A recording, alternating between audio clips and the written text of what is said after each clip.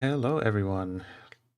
We're now recording, now live, and sitting down to polish off our Carnival map assets and export them. Hopefully we'll get both of those things done. We were working on these all of yesterday and made some excellent progress. Kind of slept on it too and come up with a few ideas on mostly how to make sense of my layers. But yeah, suffice to say, we're going to put the finishing touches on and export these, package them up.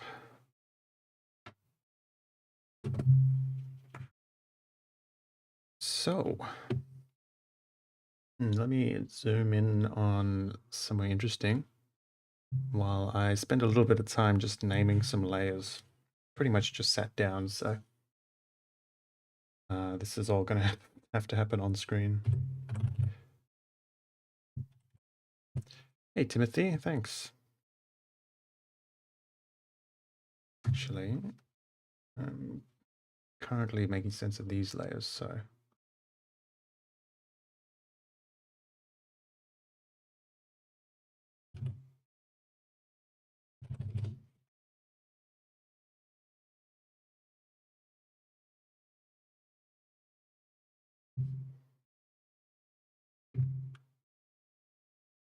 it's probably time get rid of some of our temporary layers. No, actually no need.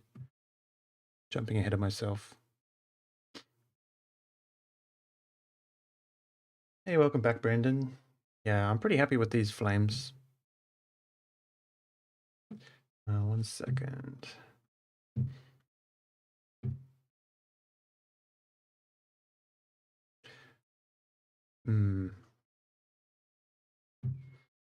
There are a large number. All of these unique colors you see are all split up into different layers.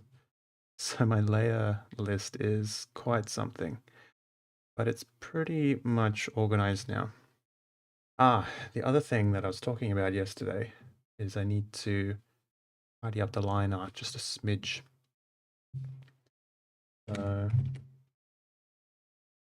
Let's do that. First of all, I'll take the line art that we have.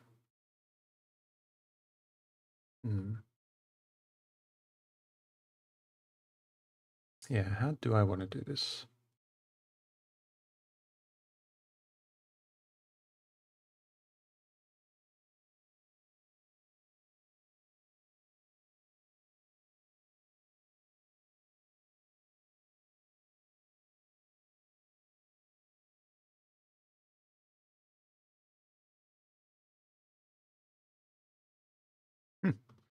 Yeah, we'll have a variant probably that will be more orc band themed, I think.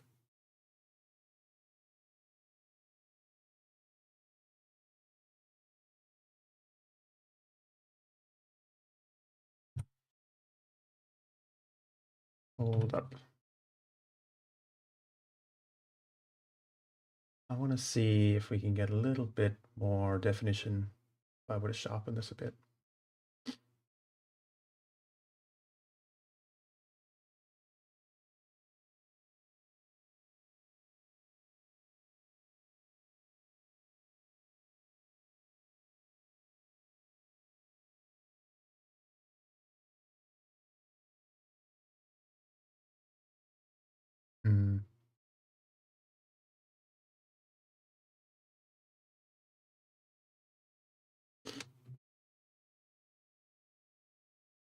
Okay.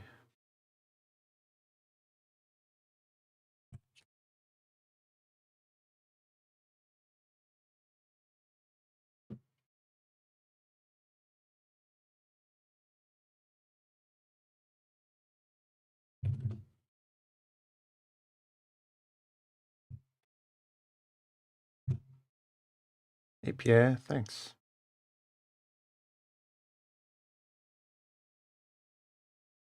All right, is this too... Yeah, that's much too smooth. Hold up.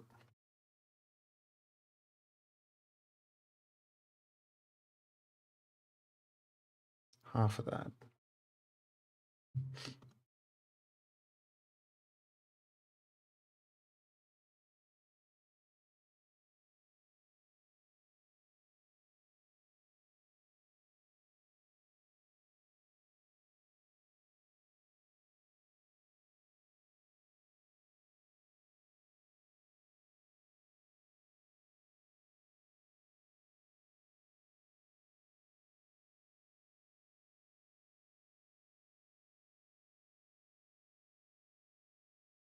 I quite like this effect. This is combining the smooth line art and the chunky line art.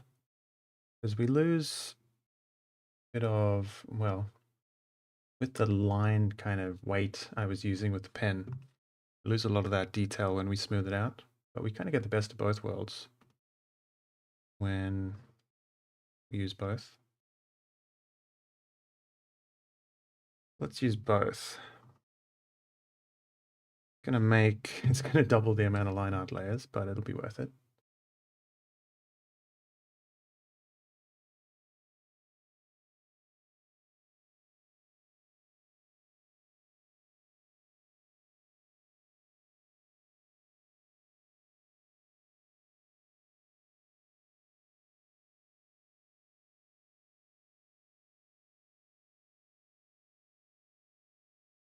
Hmm.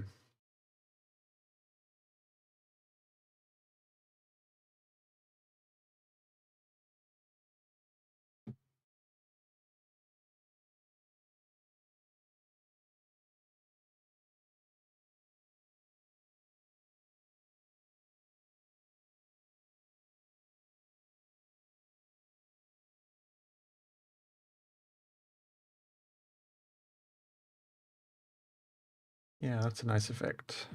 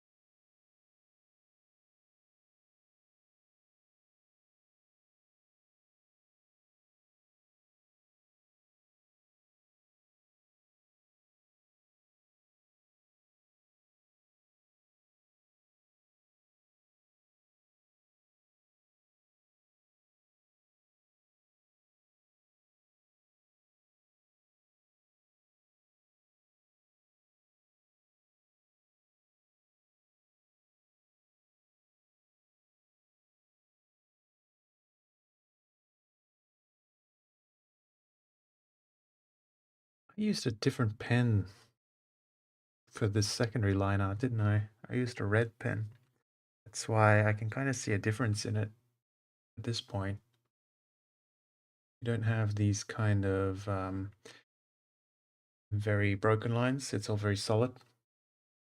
Probably from the gel pen. With this one, we just need the one layer doing the trick. I'll keep that in mind. Might be fun to find a black pen that acts in the same way.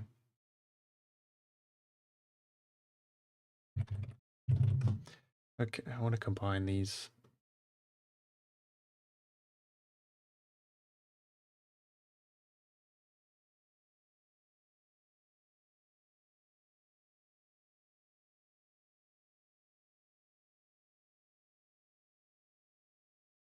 Thanks, Anthony.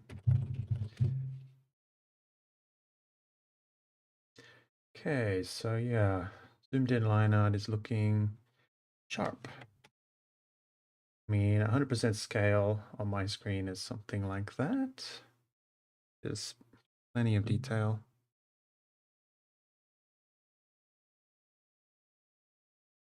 Awesome. Secondary, I'm happy with that. We no longer need our little temporary line art group. And that leaves us just with the black, blue, and red. And the red I'm happy to keep kind of chunky because it kind of enhances the fire effect. Although,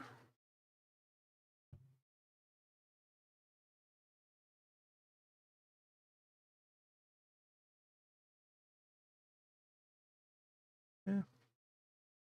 No, it's made of metal, right? So it's kind of reflecting the fire. So it makes sense that it's all kind of glowing. Oh, that's nice to catch you, Anthony. We're just getting started too, so there's plenty to go. Ah, and I just remembered. Maybe I should switch over into, yeah, let me do that. Have a minimal Photoshop view. And if I shift this over, you should now be able to see the layers. Hold up.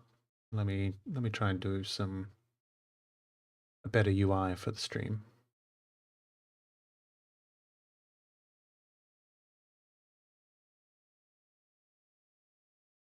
Yeah, it's a bit more readable.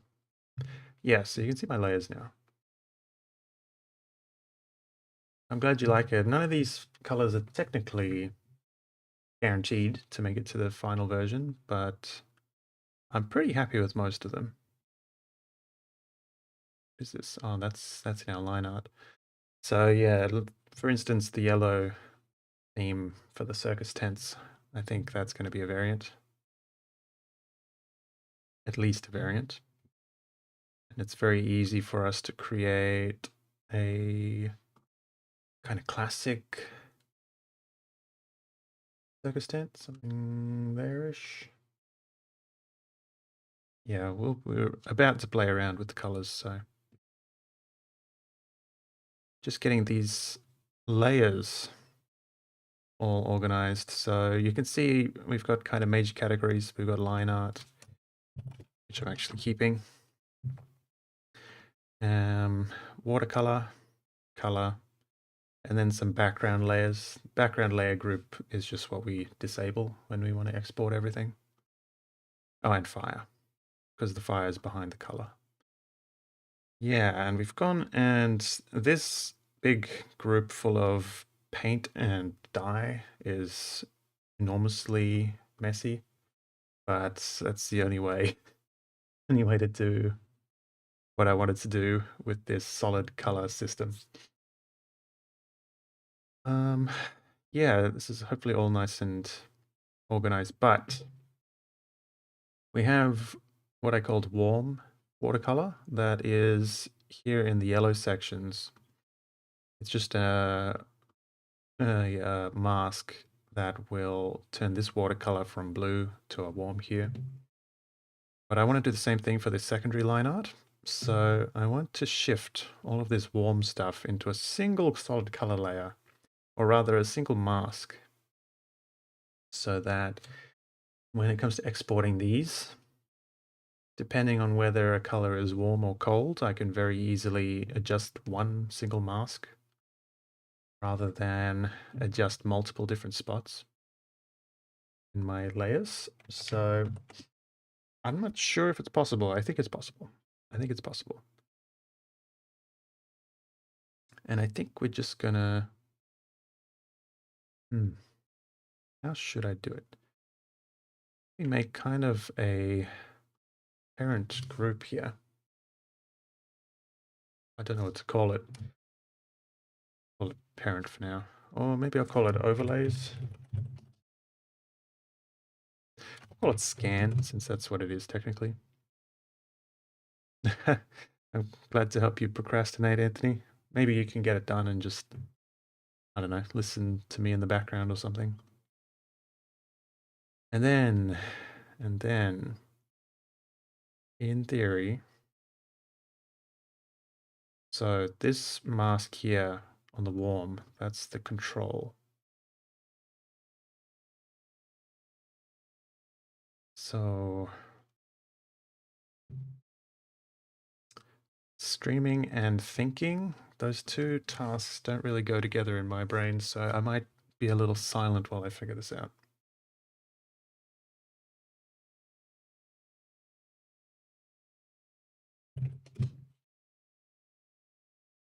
While I'm thinking, I'll leave you with an interesting portion of the canvas. Here you can appreciate the buffet. Mm. Okay, let's think.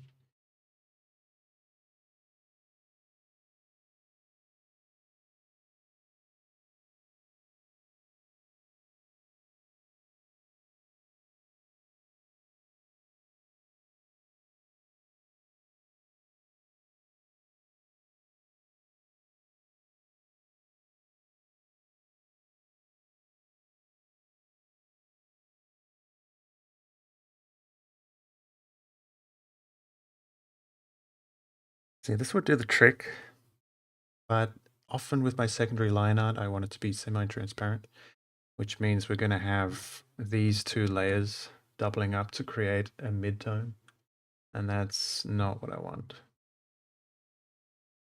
Maybe...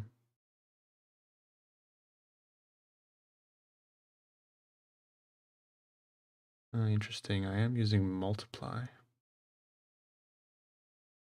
I don't think I want to be using multiply. Let me turn that off and we'll come back to that.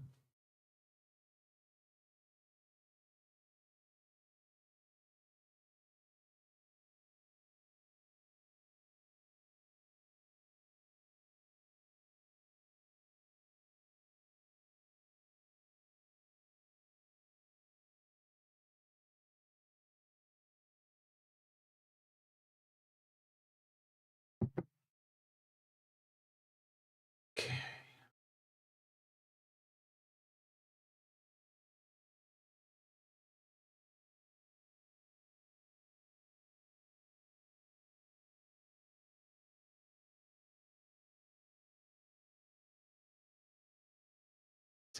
I may need to do it that way. That might be the easiest way.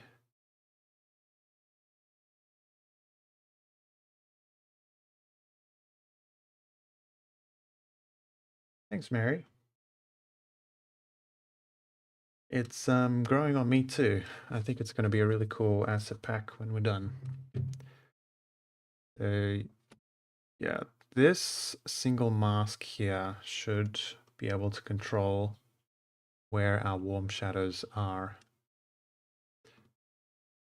Like so. The other downside is that secondary line art is just naturally semi-transparent in certain areas. And here's another thing, we don't want this watercolor to be over the top of our line art, so all of this needs to move elsewhere. The thing I want to do might just be impossible.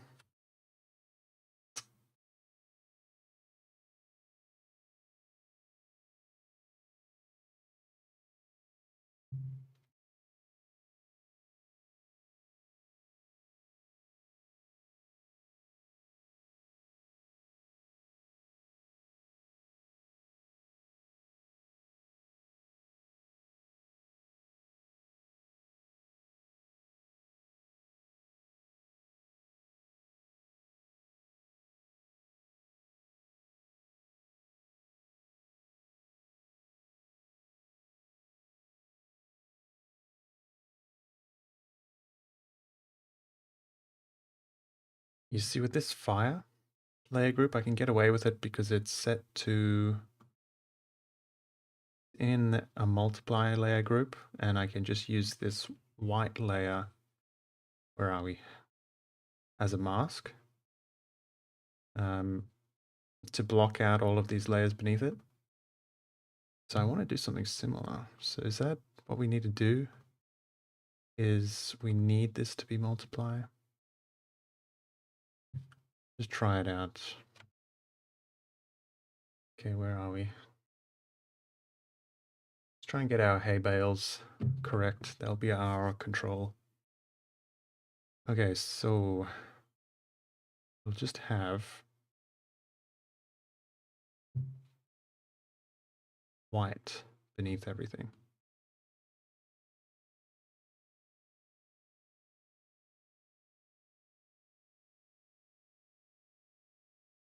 And then this is going to have to be within this layer group, right? No, our scan, our parent is going to have to be multiply.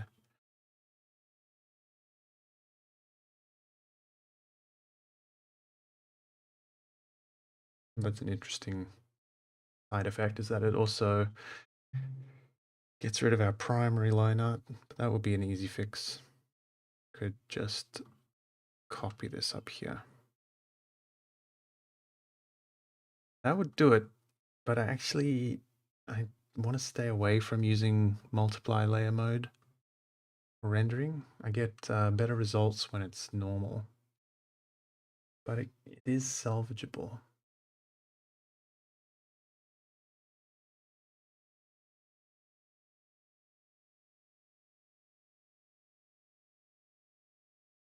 And sometimes it does work better for line art. Okay, well, let's try and work with that.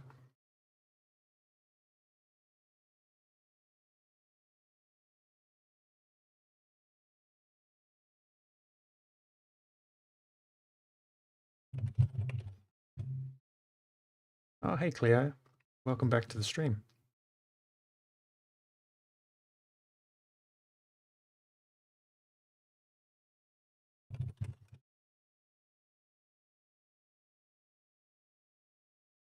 Happy to share the layers. I suppose this kind of stream view, it lacks the desk cam, but layers is probably more useful information.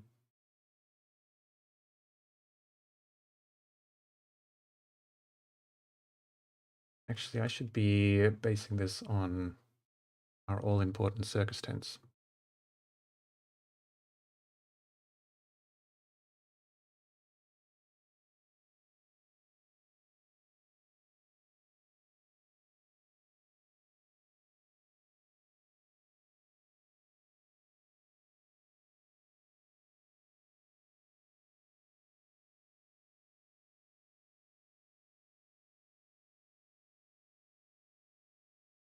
Yeah, I suppose I can simulate the effect I'd get if I were using normal color modes. So this is fine. We can work with this, and that'll give me the control I want.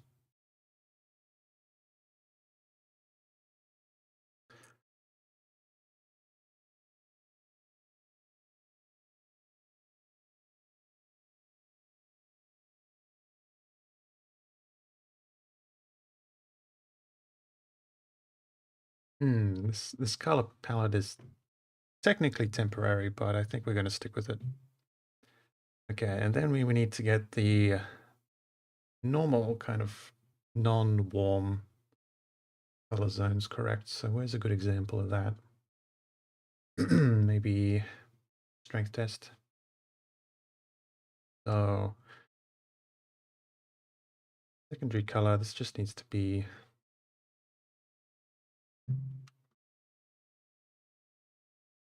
kind of not so blue.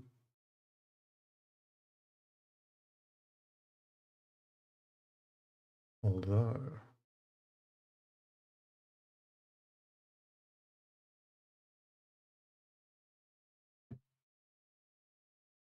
like I think I want to push the cool watercolors a little more into purple. But this is why I don't like using multiply for shadows, because it's just you can't push it into the saturation that I want to.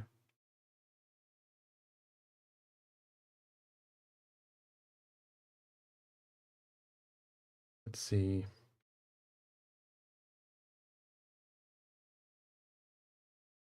Like this is a normal mode watercolor. No, it's not. It's multiply. If I do this, it's normal mode. And then I can kind of use very saturated shadows.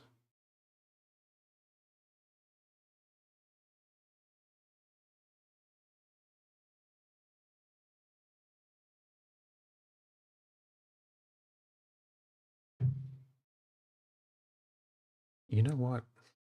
No, that wouldn't work either.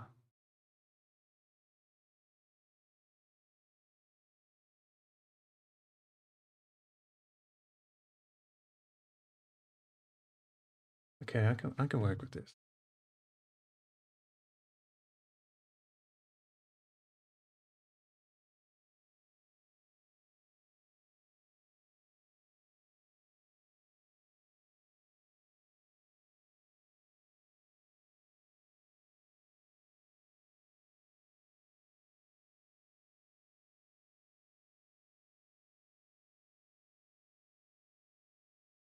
Oh, that's interesting.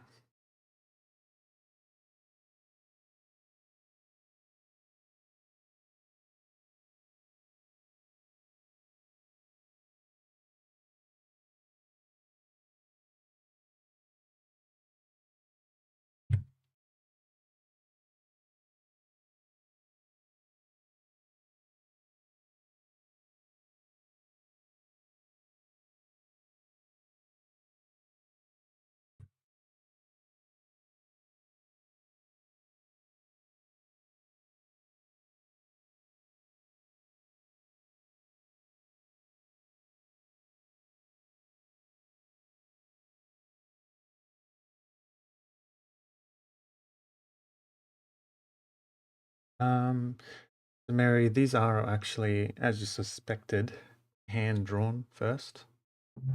You could probably scroll a little further down on Facebook and you'll find those streams from the past few days if you are interested.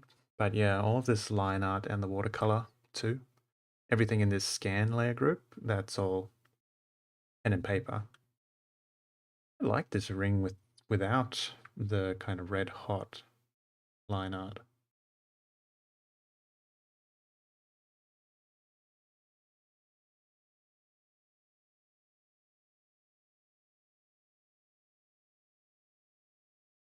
I'll keep it like that.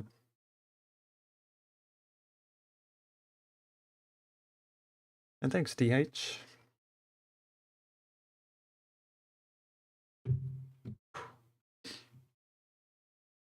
Okay, am I finished here? Is this working as intended?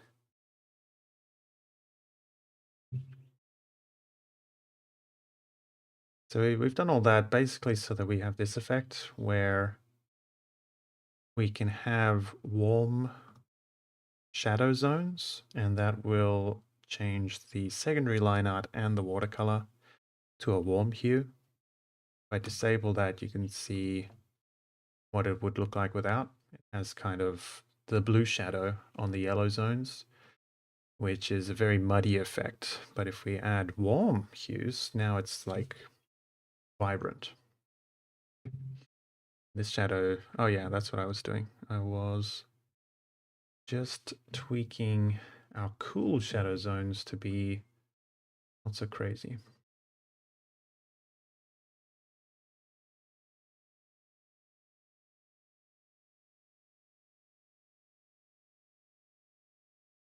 Really, they're not like cool shadow zones, they're just neutral shadow zones. That's how I should be thinking of them. I am tempted to make another shadow zone for the red because the I don't like the warm shadow zone that we have on the red because it's just red on red.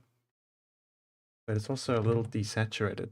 Like if we were just selecting shadow for the red, I'd push it more into purple. And then you can see we have a much more vibrant effect. Tempting, isn't it? Gonna add a lot more work later on, but I think we're gonna do it. So I suppose this is now yellow.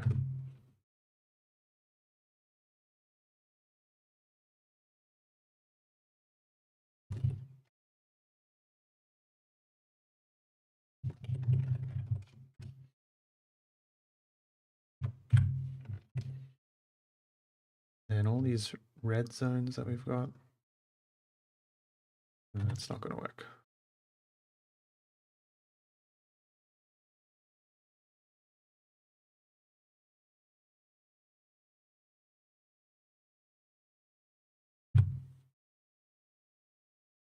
Bear with me a second. I can foresee this adding a lot of complexity to the export process.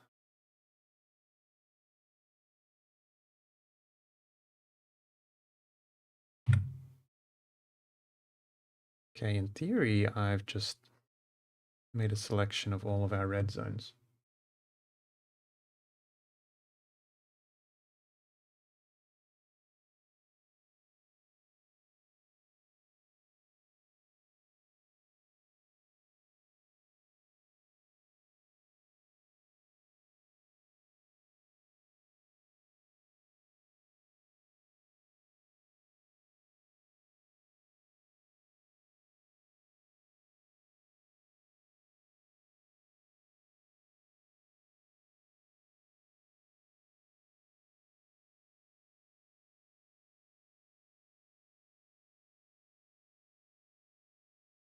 And the improvement that all did was that more saturation.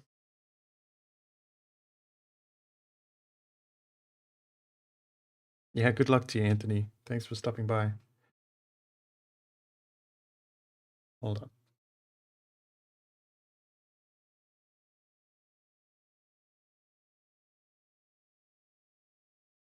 Hmm.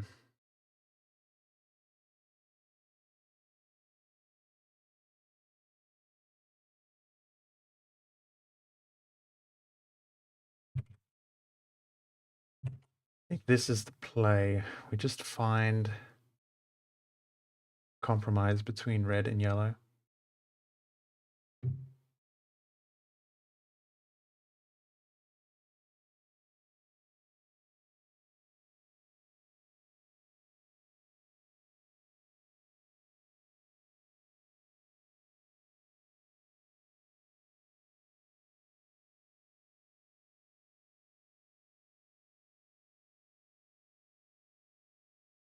Yeah, it's gonna have to be that if I want to get these exported this month.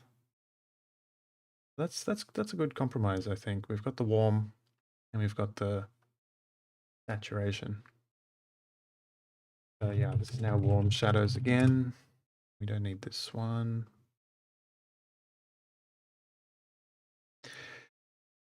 Now I just want to balance the secondary line art, I think.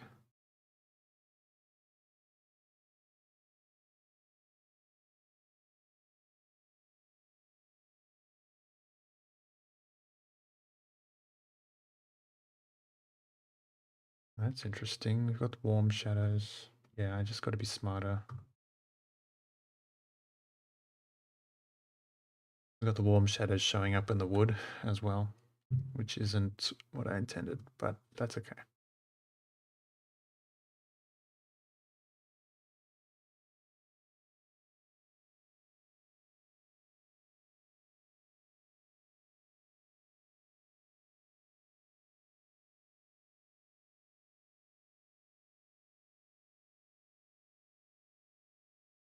Yep, that's a good compromise.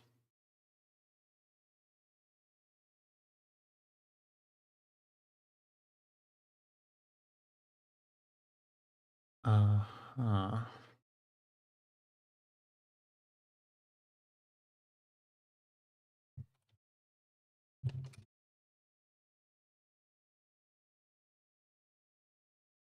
This extra layer mask will just keep us from getting warm shadows outside of the objects, because I always want cool shadows there.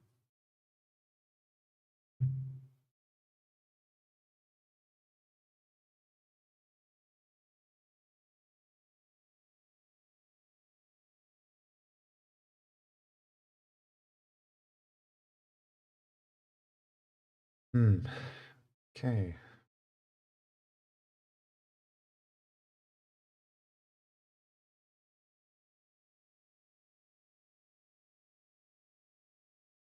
Thanks, Mary.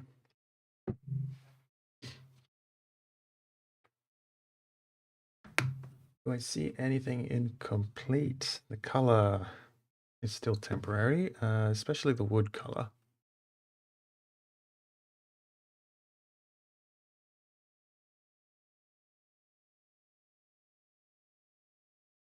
Hold up.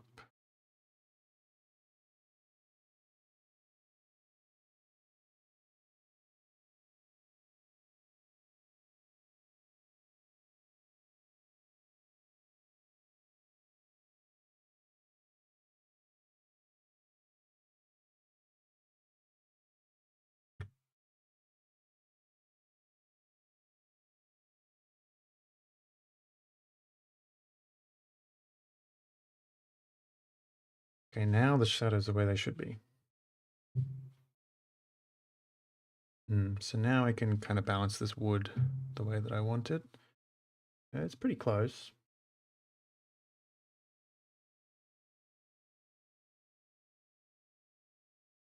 Also the rope.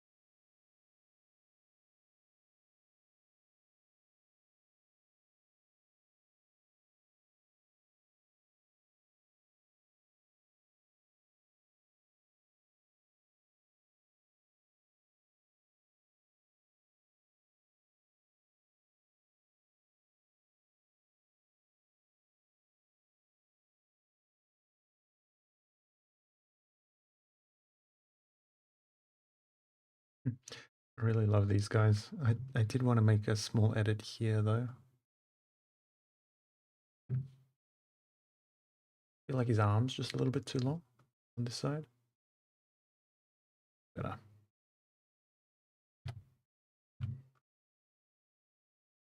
Much more balanced.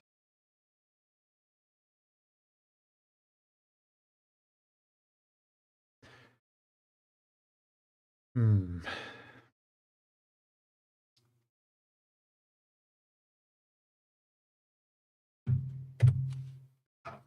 These little streamers too. I want at least a variant where they alternate.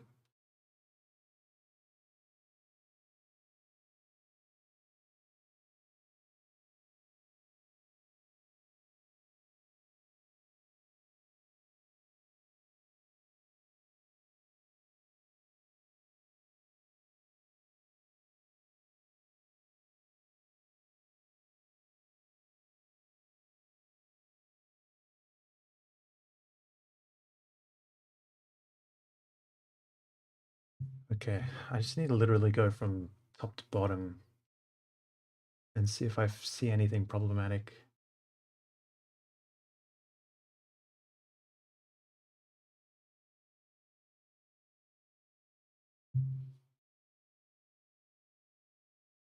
I still think maybe the secondary line art on the tents specifically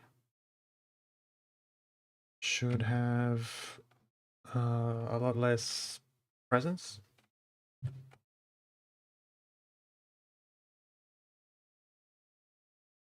Like none at all would look like that.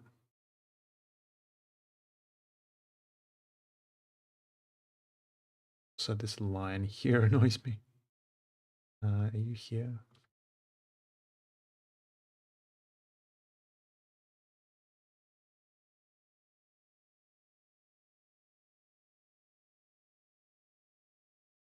Better.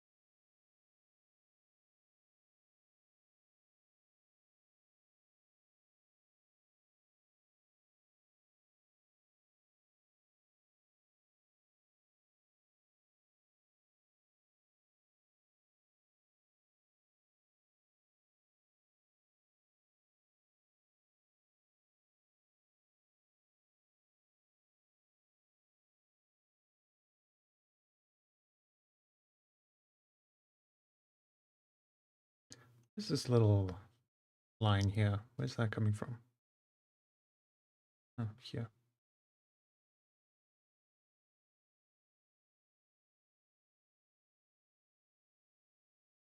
Oh, these ones, M? Yeah, I think those will help a lot with variety once you put them on in the front of your circus tents. Okay, this is pretty well done.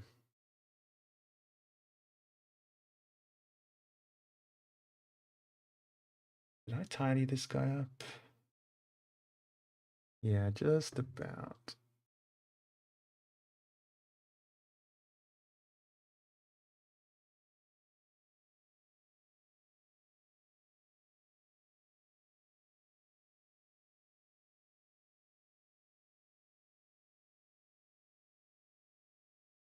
Maybe a bit of variation on the arrows.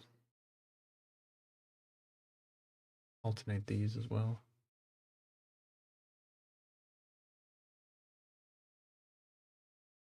We have a sheen on our metal surfaces, but it's pretty tame right now. Where is our good example? Up here. So this sheen and this sheen is the same layer.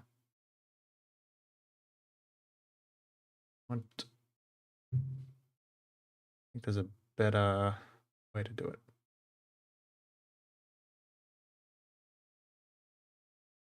I think soft light with a little hint of yellow is the way to go.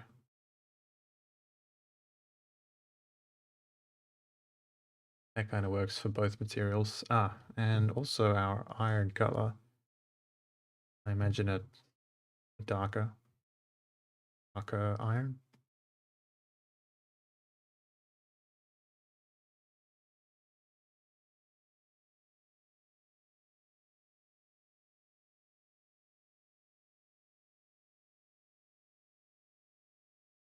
Maybe it's a bit too much. Maybe more yellow, yeah. Just looking at these wheels, they look about right now. And we can see it clearly on the hoop. Good. These archery targets might be my favorite asset from this whole bunch. I think these bits need to be secondary line art.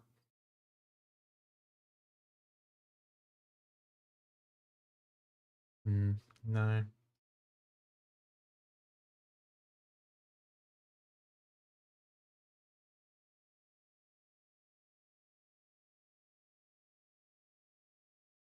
Okay, I put, oh, hold on. That's interesting. I see some corrections I made to the line art because I made some duplicates down here. They have snuck into this version. So I just need to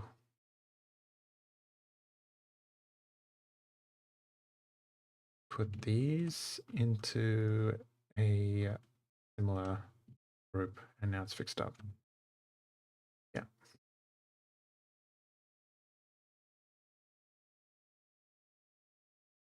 This bench can just be one color. That's fine.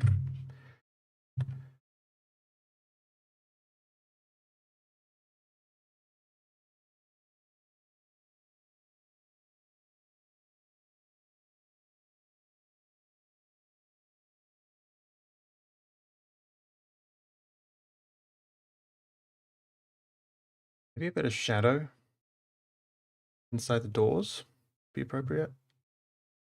Could I do that? I might paint that directly onto the watercolor.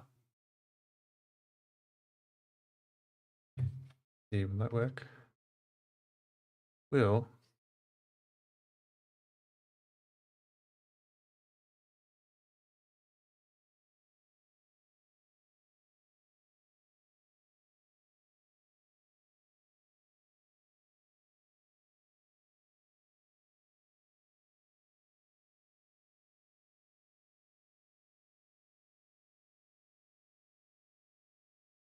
Yeah, that seems right.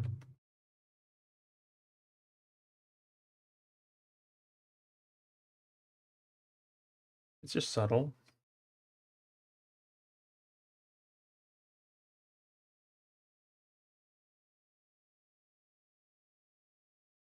maybe without the grass, we'll be able to get a better look at that.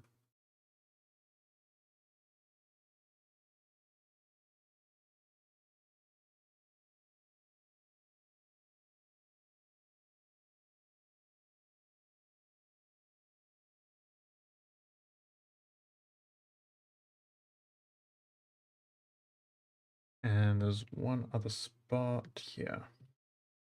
Mind you, inside the stalls maybe. Although I already painted that in. That's all good.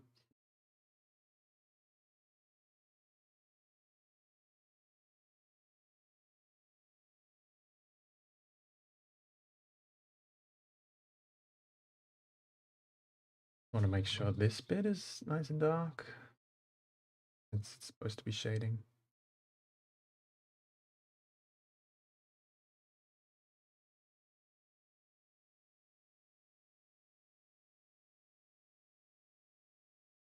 Yeah.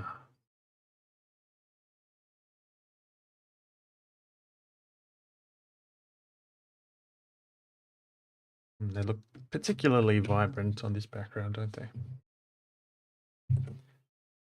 All right, am I really ready to export these? I think so.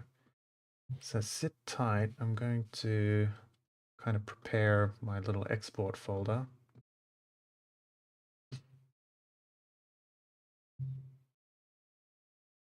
I have, in theory, I've been thinking about it this morning, a method to make the export process simple.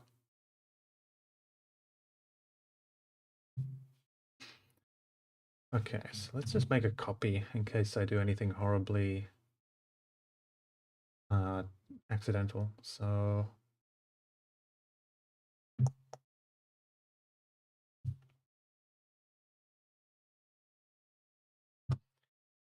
a temporary export file.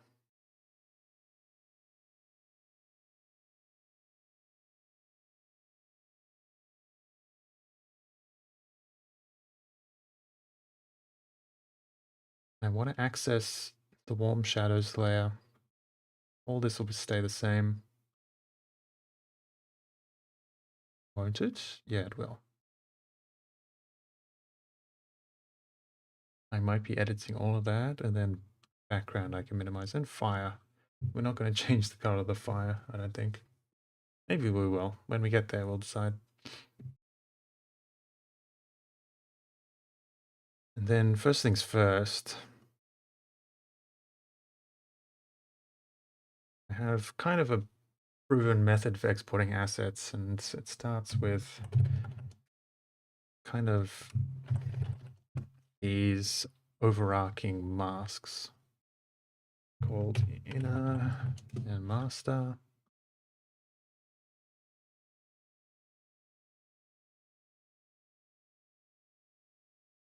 That's where we start. I'm going to get rid of the grass on this since it's just bulking up the file size.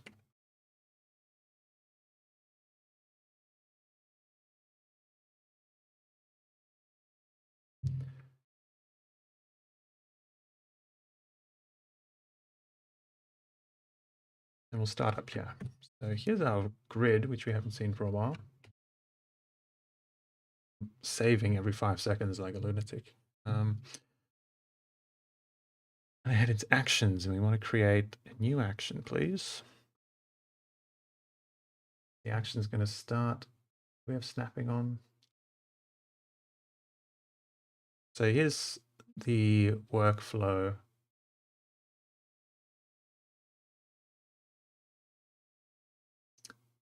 Okay, so before we start recording the action, here's the workflow. We'll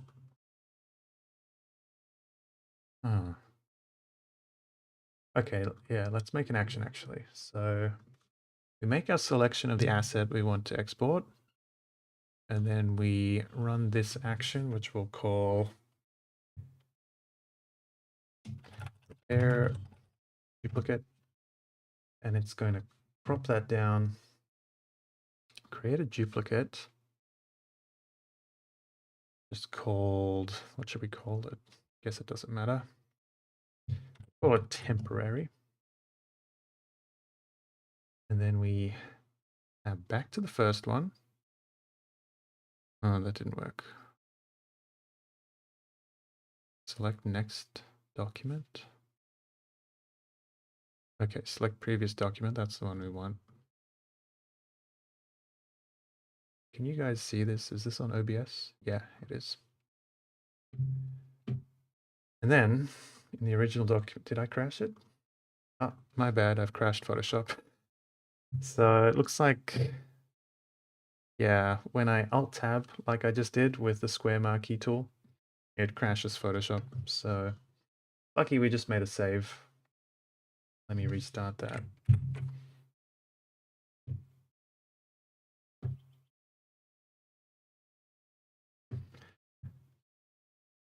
It's a weird little quirk on my computer, but that square marquee tool, bad news.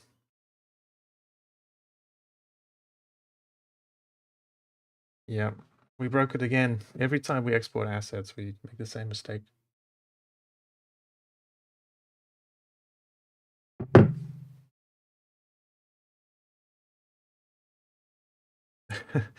Don't say that, Ninjason. If I had to start these assets over, oh, couldn't be done this month, for one thing. Yeah, we're working with Canvas. 1 second. Here we are. All right, back here, we just need to recreate the action. Oh, in fact, look, it even kept our action. It usually deletes that. We were up to here. So let's run it first of all to get back to where we were. So we make our selection, run prepare duplicate. That gives us this file, which is a duplicate, and then it switches us back to here. Then we're going to just Control Z back to our starting point and select the inner mask and clear it. So that way we know what we've already done. And then deselect. Okay, let's make sure it works. So I'll just...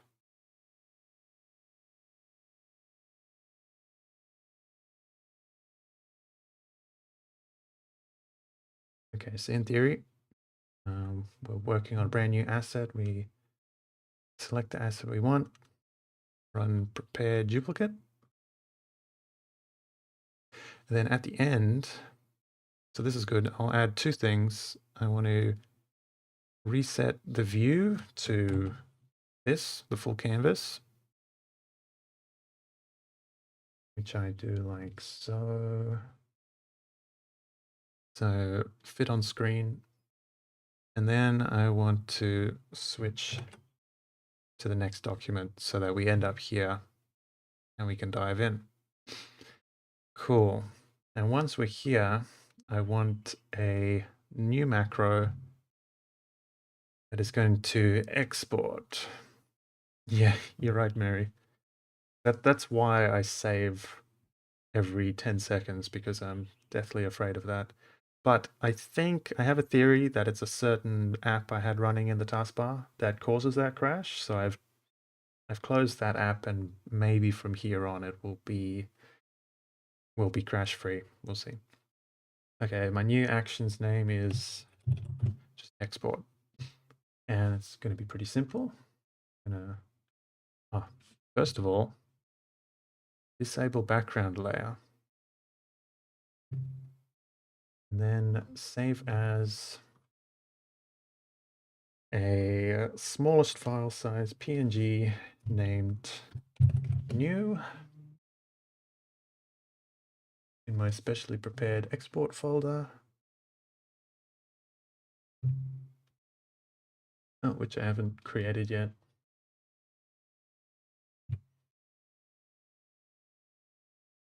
It's weird, my Control A isn't working.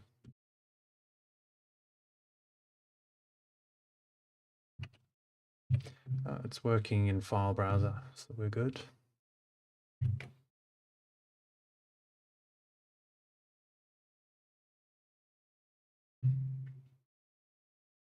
Okay, that's prepared. We want to export that to our 300 dpi assets folder, and we'll call it new. And how do we want to define asset variations? Just 1, 2, 3, 4, 5, probably. It doesn't actually matter at this point, so we'll just call it new. File size. And then re-enable background. And that's that one. We no longer need this one. Okay, so these two actions should streamline things. Let me quickly set up a different OBS view so that you can see what I'm working on.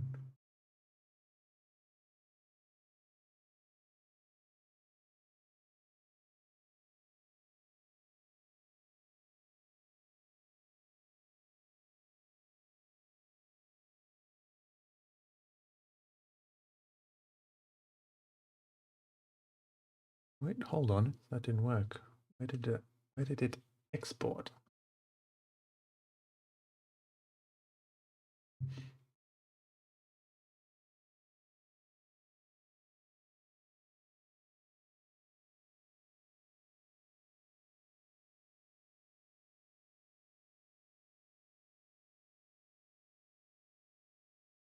Something went wrong. This export step. Oh, I accidentally saved it to my templates folder. So let's do that again.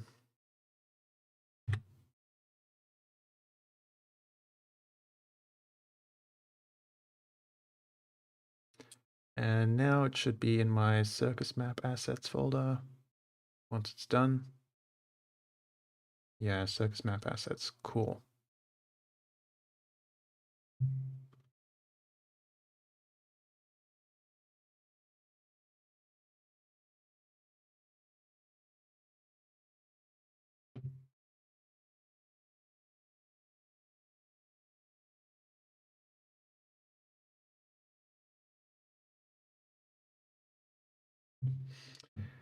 Now, if I switch this to everything,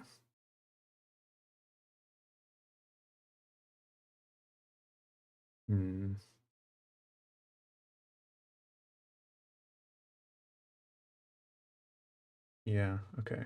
Sorry for the infinite regress looking screen. So it looks like you can see my little restream thing. I guess I'll put that here.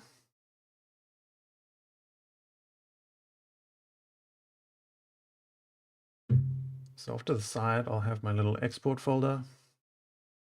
Then we'll have this here. And every time I hit export, it's going to dump a new file in here, which I have to rename Red Entrance 1. The idea with all these actions is that after exporting the first version, I go in and switch up the colors and then export 3 different versions. And to do that, it's going to be 2 steps. We need to first put this over here.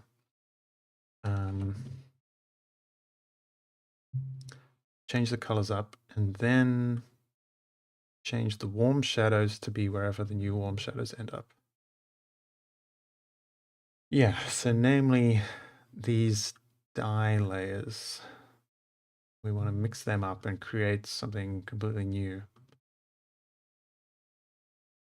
Let's just wing it better.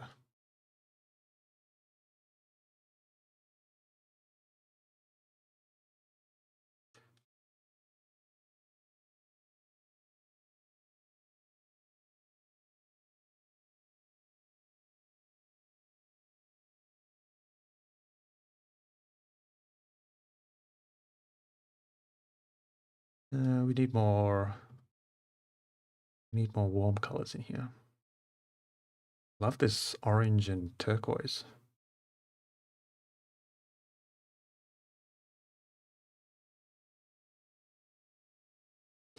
I'm also kind of thinking ahead because I'm playing with the idea of kind of a Shadowfell, Feywild theme. So some of these we want to kind of fit that theme as well.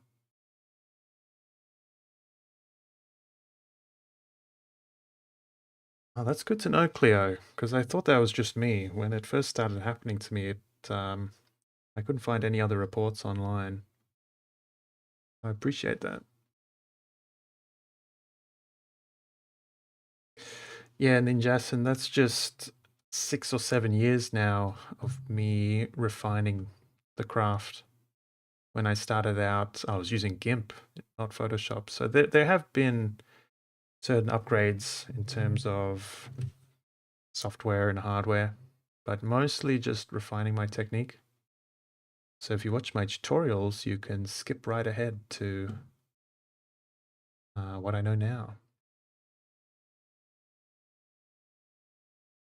I don't think Photoshop is better than GIMP in any way, except maybe these actions, which I use all the time and which save me a lot of time.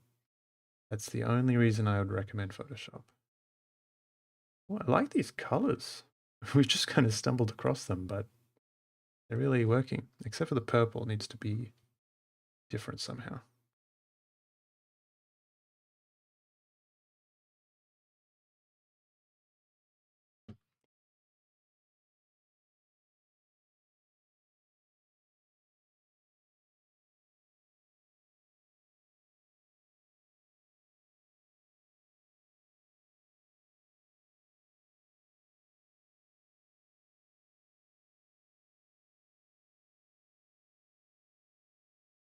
Right, and when we hit this button, it's going to dump all this right here. Although I just realized this grand entrance has a gray background, which is not intended. It should be hiding the background, saving, and then showing the background again. That's here because I used that to manually set this.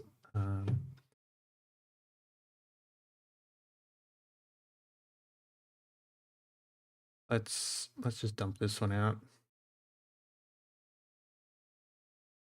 They're big assets, so this step takes a little while. How big is this one? Beautiful. And we have a newly born map asset. What I want to do is just re-export this one. Oh, but you know what we need to do first? If I don't rename this, it's going to override it.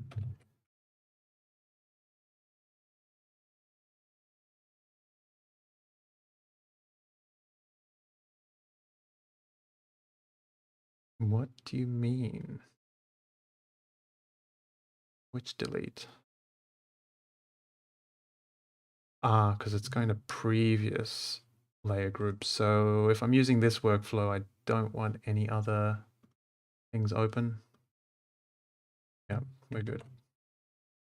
I know exactly what went wrong and I can fix that. But anyway, we should just be able to re-export grand entrance 1. Just realized I forgot to do step 2, which is where we adjust our warm shadow mask. So grand entrance 2 isn't done yet.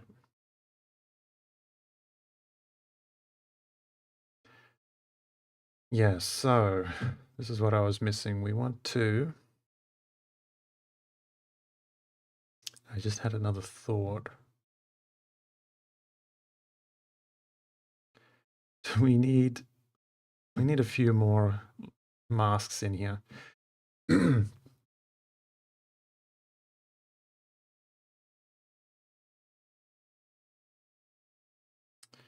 I think we can make do. I think we can. All right, so here's the workflow. We reset this mask, and then we make a selection of our new warm colors. Annoyingly, is everything minus these colors.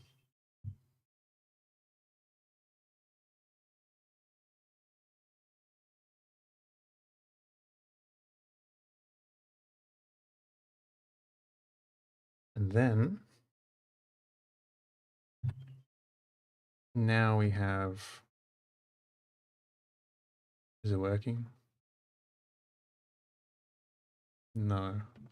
Hold up. Did I get it backwards?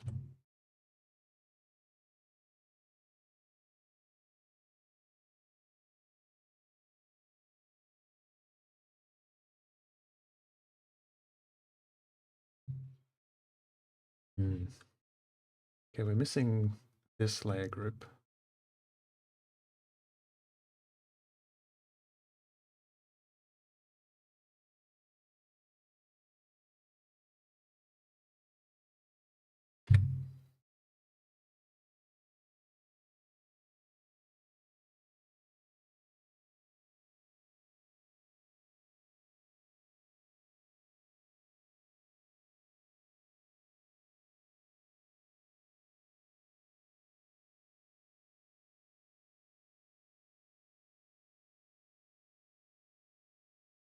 Okay, that's better.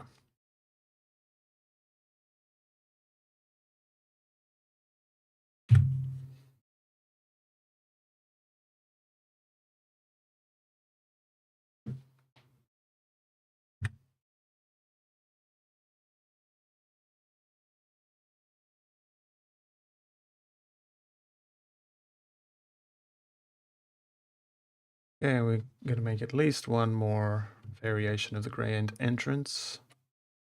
For this one, I might disable some of these just to make them, just to make it more unique, particularly the stripes, although that does let us see some mistakes underneath. No, I suppose we'll keep it. Okay, so here's the workflow. Reset the warm color group. Then we make our color changes. What kind of color scheme do I want?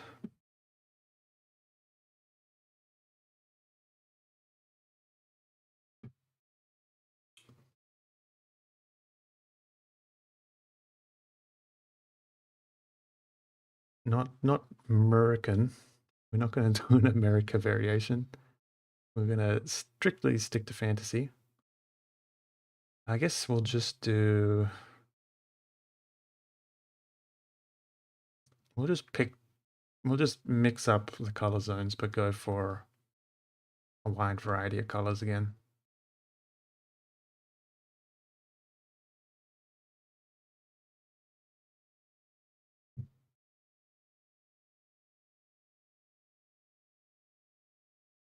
Yeah, you're right. We should probably do kind of a Shadow Moon Fair variant. I agree. Let's do that.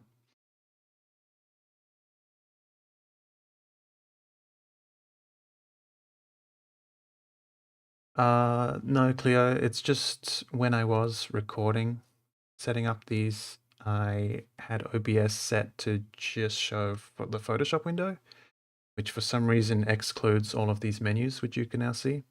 So unfortunately that didn't show up on stream. But if you want to do this bit on screen menu, this you want to go up here and go insert menu item. And then using this little dialog, you can select anything from here, or theoretically anything from all of these. That was kind of a breakthrough when I figured that out, but everything else is pretty straightforward. But yeah, learning Photoshop macros, definitely a game changer. Highly recommend. And if your image editor has its own macro system, then I'd learn that. Okay, so I'm just doing Shadow Moon Fair from memory. Purples, blues, and blacks. And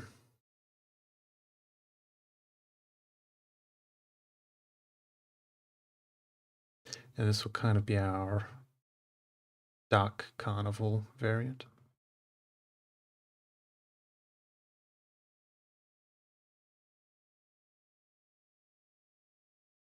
So you can all see my color picker now that I'm sharing my whole screen. That's another upside.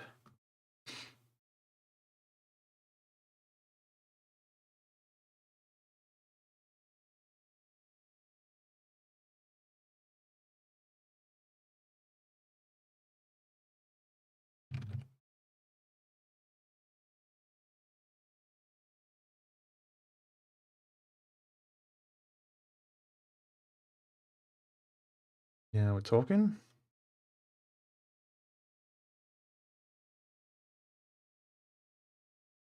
Some of these are kind of clashing. I think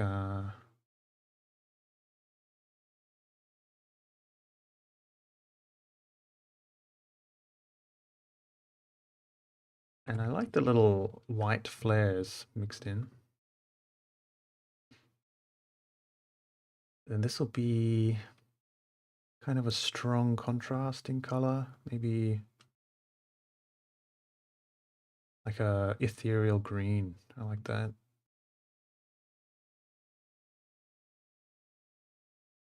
What if we put that in here?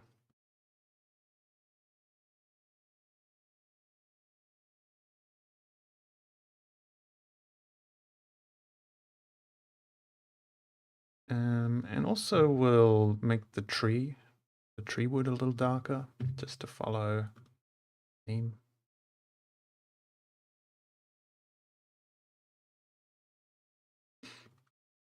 Yeah, that's pretty cool.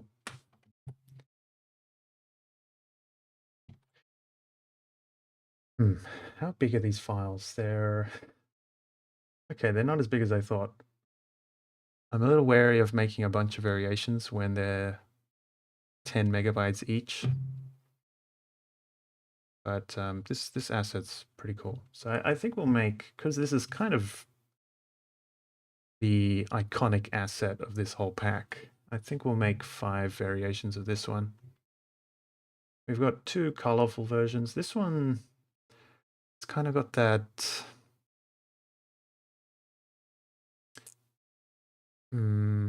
yeah, I don't know. Anyway, we're just oh, that's not right. We're just numbering the variations now.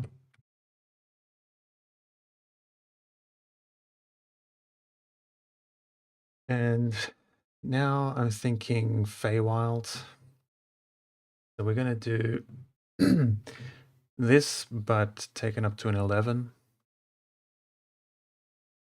I'm thinking some very bright whites. Where am I right now? We don't use this layer.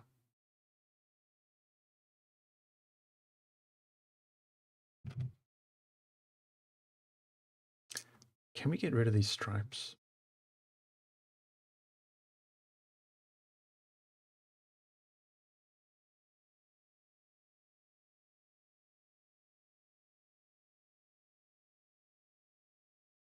We want a good amount of white, and then we want some really vibrant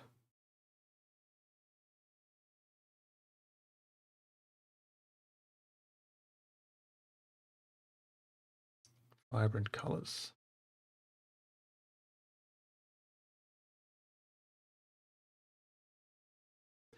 With, I think, bright yellow being the dominant color.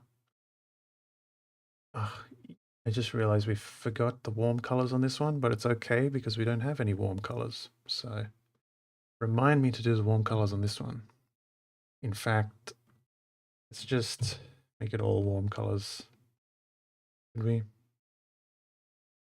We'll make all of the painted area warm colors.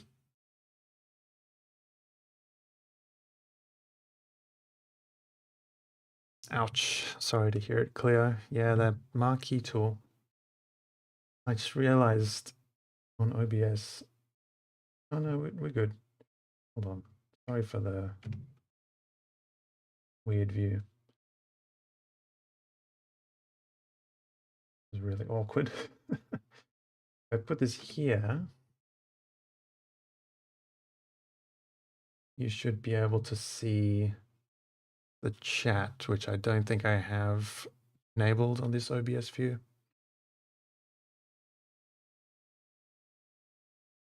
Okay, yeah, this is pretty close to what I had in mind as a Feywild kind of color scheme. But I want to change the purple's location, probably swap it with the black.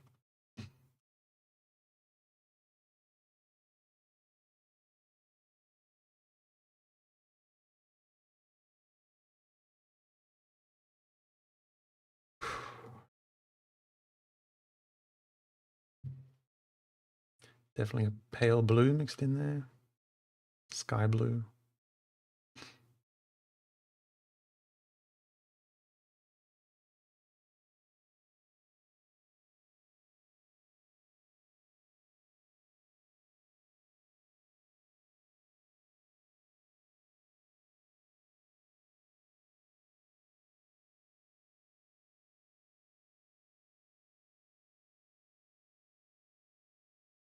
Maybe we have a secondary yellow kind of color. Yeah.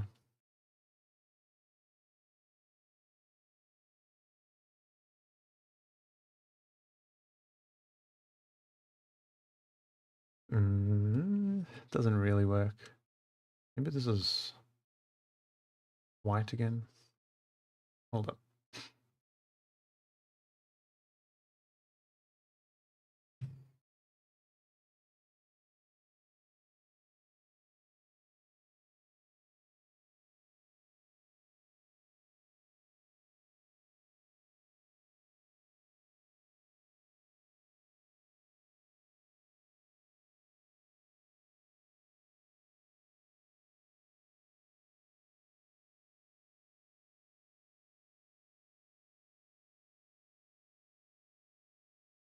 Going for kind of a wildflower color scheme, I guess.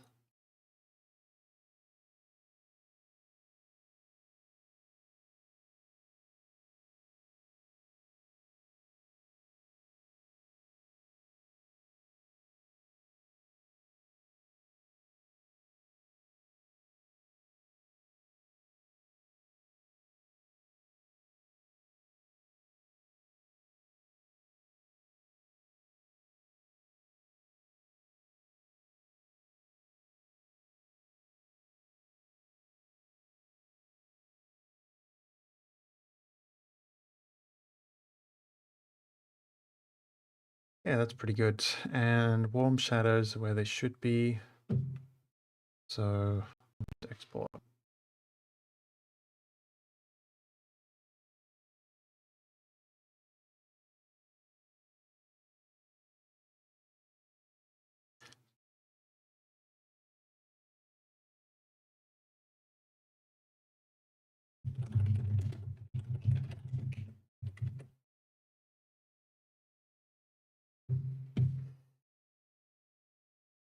Just occurred to me, all these color selections we're making might be useful for like other assets. We might have to be smarter when we work on these things.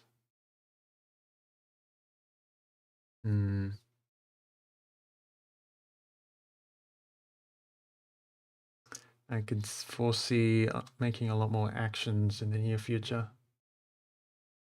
Like here's the alternative. We could have set these colors on this global level, then had very bulky action to select and export all of these.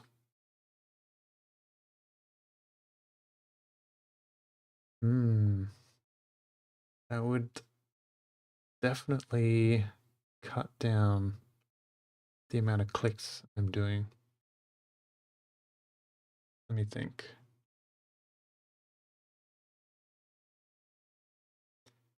I think it's fine that this is the exception because we've got so many colors on this one.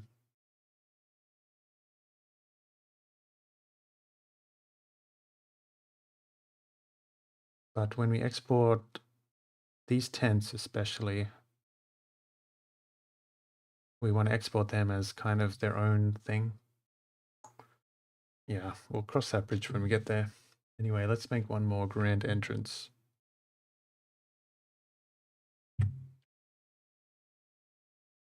desert one. Sure if I can pull off something that's distinctly desert. What should I do though?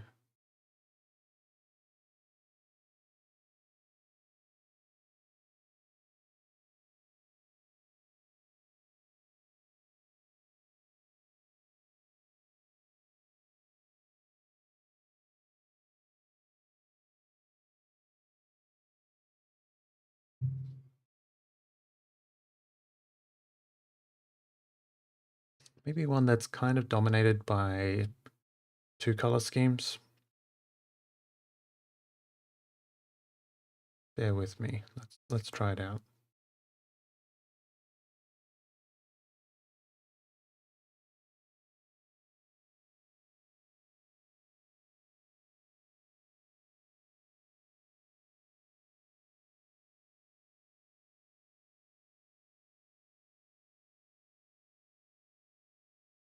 The one that's deliberately more simple. Like that. Oh boy, we've accidentally stumbled into the America palette, haven't we? I think you mentally primed me for it, Ninjason. Oh well, we made it this far. We may as well export it. I do like the colors. It's a little Easter egg.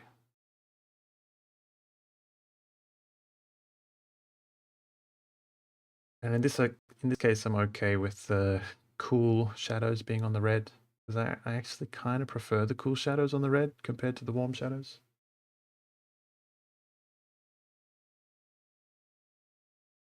What I was imagining for this one is that Team Red and Team Blue came together for like to create a new alliance, and they made this symbolical gateway to celebrate it. Okay, we're done with this. We can open it back up if we want to, but we're coming back to here. And in this case, I think I want a special macro for certain assets such as the all metal assets, which is just going to export an iron one and a gold one. So let's build that. So we'll make our selection and then we run this, which will be export metal asset. Okay, watch closely, Cleo, because you'll be able to see what I'm doing this time. Yeah, so export metal asset, make a selection, run the macro, and that's just going to disable background, crop, export as, where are we? PNG file, new, and this is the iron variant. Smallest file size. And then what do we want to do? I suppose we want to jump in here to the gold layer mask and invert that. And then export this as a new PNG. New gold. It's probably brass or something, but we'll just call it gold. Then we just want to Control Z all the way back to the start.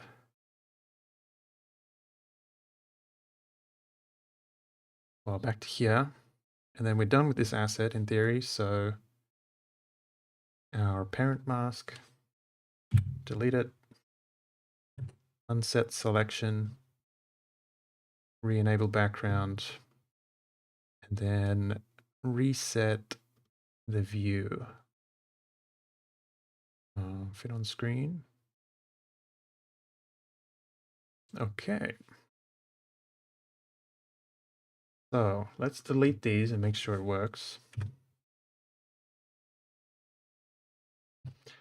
So it's as simple as this. We find our metal asset, select it.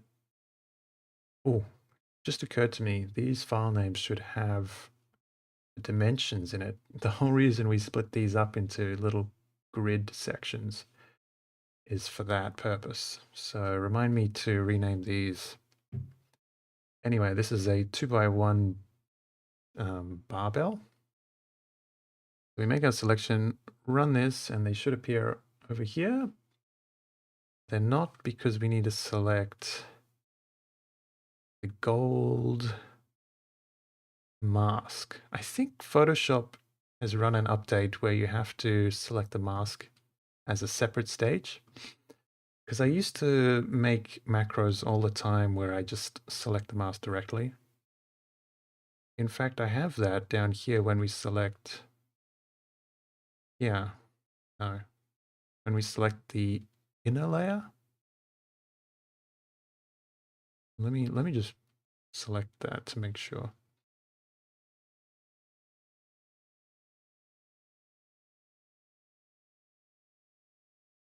All right, this should work. Let's back it up to the start so that we can be sure.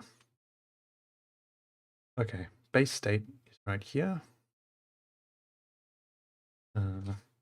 Reset. Select our asset. Run the macro. And we've got our two barbells.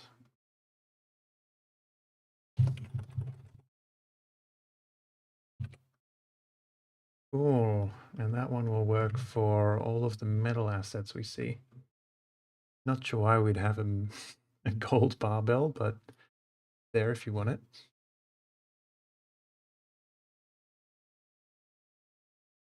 Okay. That was the other thing. Is 2x1.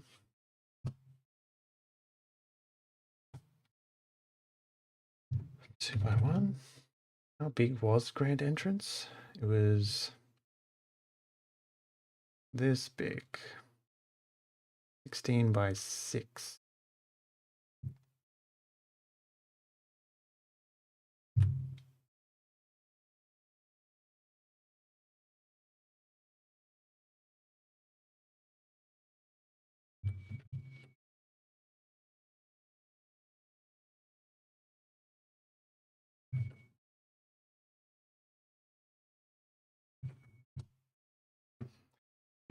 Beautiful.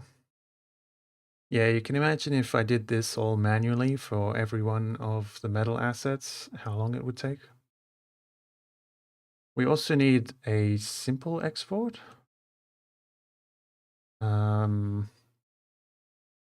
Because certain assets here, like the hay bales, we're only going to need one variation. So let's make that too. So we select the asset. This will be called export single asset, and this is simply crop disable background export. Sorry, actually save as PNG. I don't know why it defaults back to here. Oh, that's because that's where the project file is.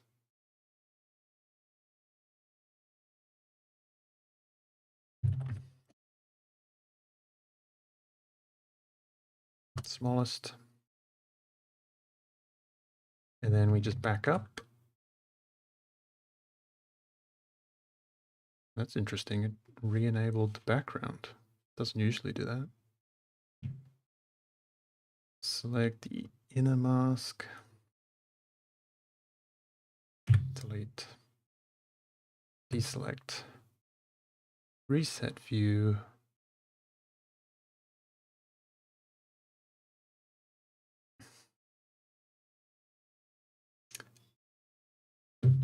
All right, that should work. So this was the 4x4 hay bale ring. Hay bale ring. That makes sense, right? We got some more hay bales to test it on.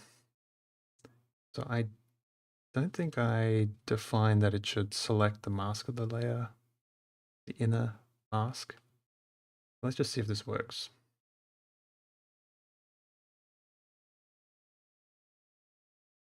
Hmm, did work. Interesting.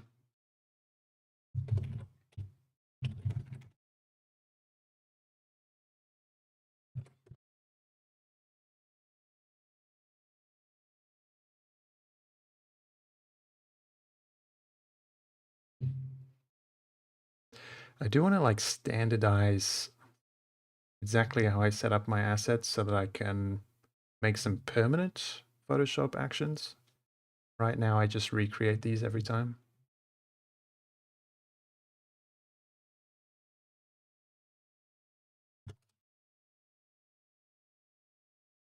Hold up.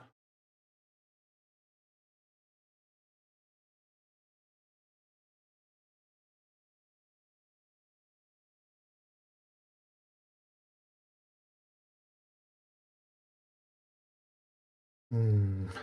See, I've just realized because we're using multiply layers for the shadows, we get these little, when the shadows are semi-transparent, they are too bright. See that? Hmm. How can I fix that?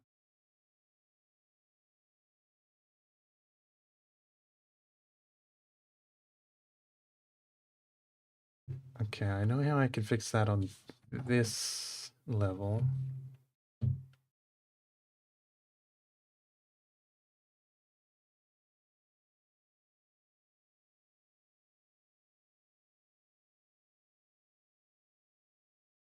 We want the watercolor outside of the color. Yeah, that's it. We just have another cool watercolor as an undershadow. Goes underneath everything and on top of the background. And that's going to be this area. And then this watercolor needs to just be within the line, within the color. Hmm.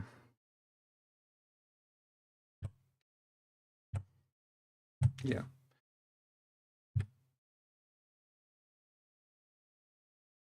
And then this watercolor needs to be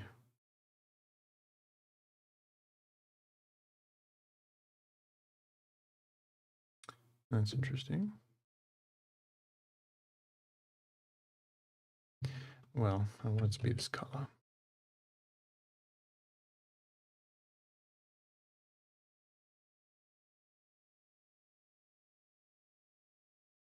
They know I don't. This one needs to make sense on our grassy background.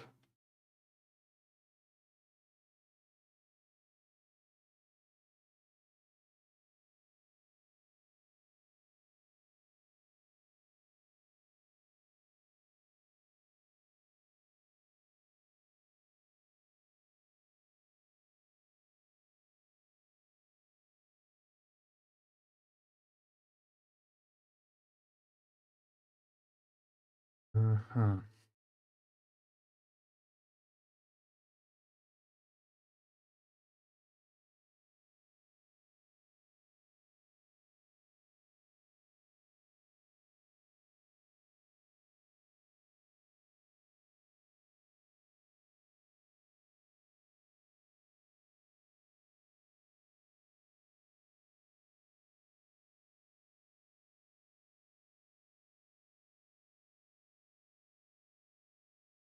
All right, so that's fixed. That's fixed for all of these future assets, but now we need to fix up these ones.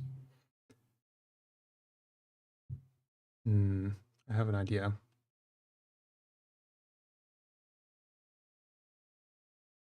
Just want to make sure I'm absolutely happy with this color on like multiple different backgrounds. Hmm.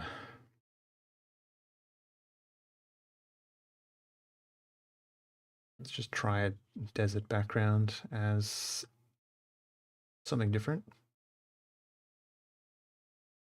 Yeah, it still works. Maybe just less saturation to be safe.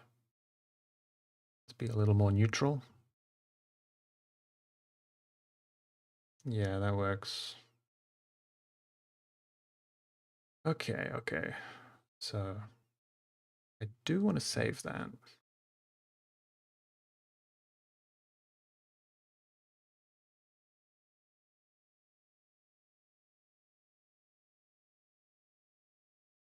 I think we're going to re-export the metal items, the hay bales, because they're so easy.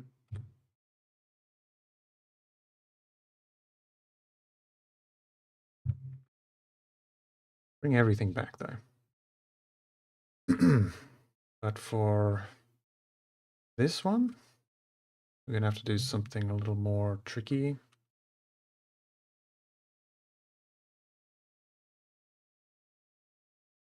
Okay, here we are. So there's just tiny little zones. If I change this to white, we can see it. Here, where the shading escapes the line art.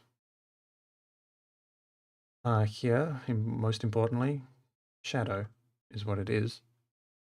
So we do want to keep it. We can't just delete it.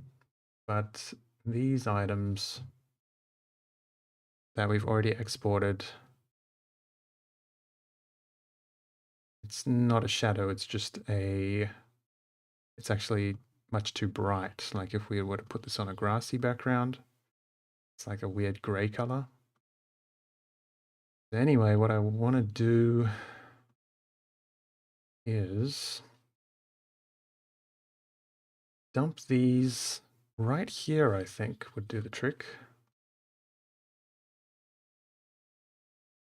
Why is that not snapping? Snap. Should be snapping.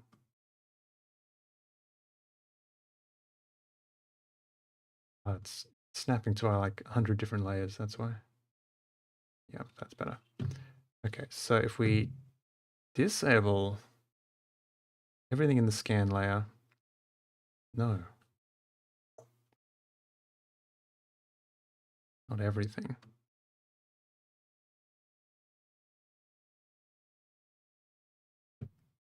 Maybe if we just put this above the scan layer. Yeah, that does the trick. Okay, so what that's doing is we get to keep all the versions we've made, but it's just going to put a different shadow underneath, which will work on multiple different backgrounds. And then this we'll just export again. Yeah. And we'll re-export these. Okay. Good. Nice and simple. Where did I put them? Yeah.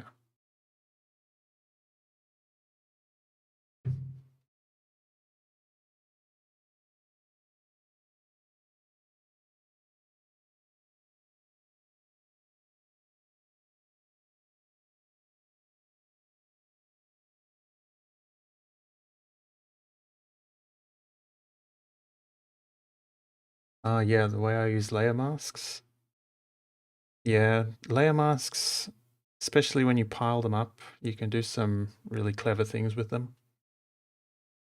In particular, just coloring everything with these solid color layer masks. That's a really powerful method, I think, for simple coloring jobs. When you get into like real digital art, it's very limiting. But if you're just doing toon style like this, it's the way to go, because yeah, you just double click, you can change it to any color you want. Okay, so here we can see the difference. If we look for the shadows in here, this is what we had before. They were just bright blue, and now we fixed it up. And otherwise everything's the same.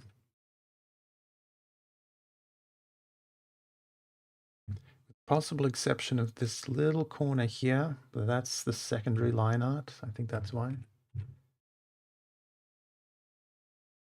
That might be something worth fixing, but not on this particular asset. So yeah, that's our brand new Grand Entrance 1. We're just going to quickly fix up these ones.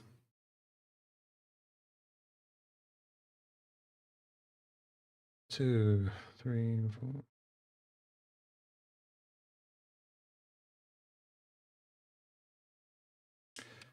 Whoa, what's going on here? He's been automatically cropped.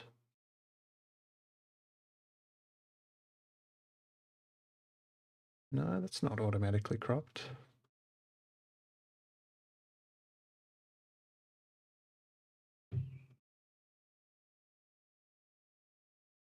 Oh, that's weird. When I select multiple of them, the bounding box is automatically cropping them. I think the last update I ran on Photoshop has just introduced a bunch of things that I dislike. All right, we can export all of these now.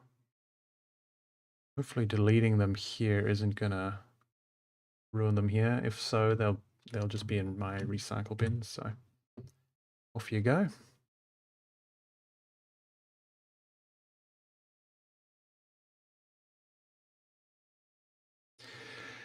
And now we sit patiently while we wait for the exports.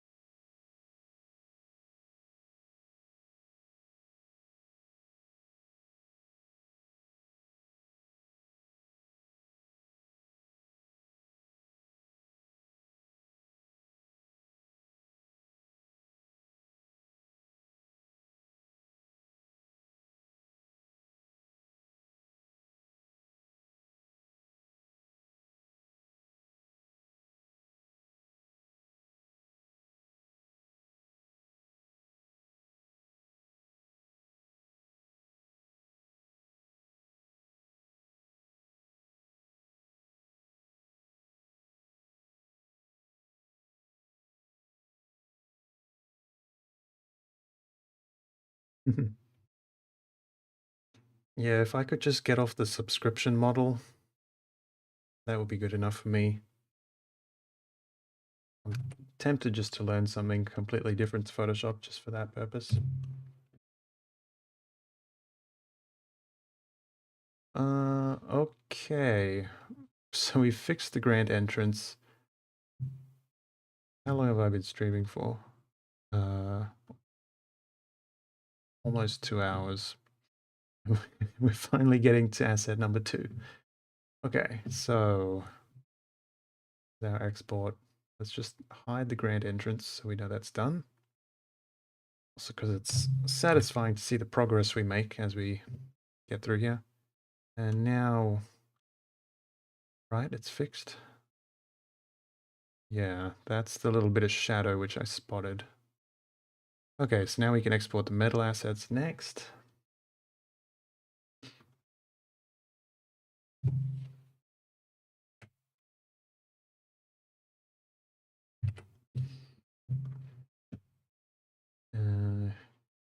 Let's go for the hoop. Oh, I'm forgetting again the... I'm seeing, before I alt-tabbed, I made sure to deselect that marquee tool, because there's a 90% chance that would have crashed my computer had I not done that. Crashed Photoshop.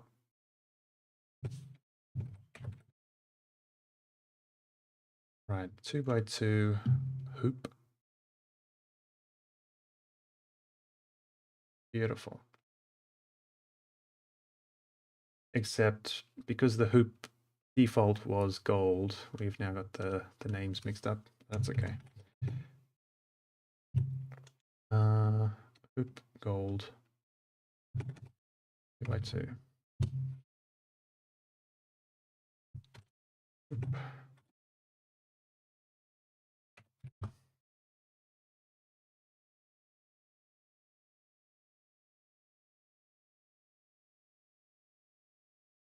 Right, flaming hoop.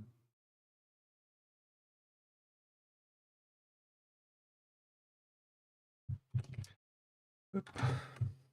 Gold. Flaming 2.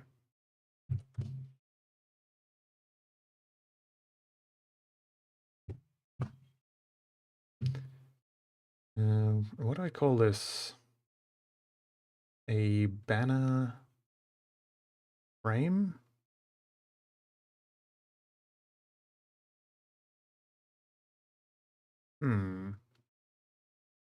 What do you call a flagpole? I'm gonna say, what do you call a pole which bears the flag?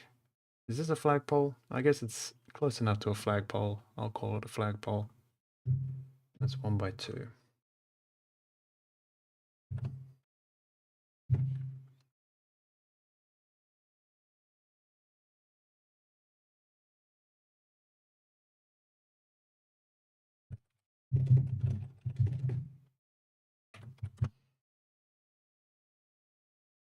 Okay, we've got a nice little simple asset here, which I just want to export quick. Our rubber ducks. Oh, if we see this loading bar, it means it didn't crop. It's trying to export the entire canvas, which is annoying because it ignores you when you try and cancel it. Why did it do that?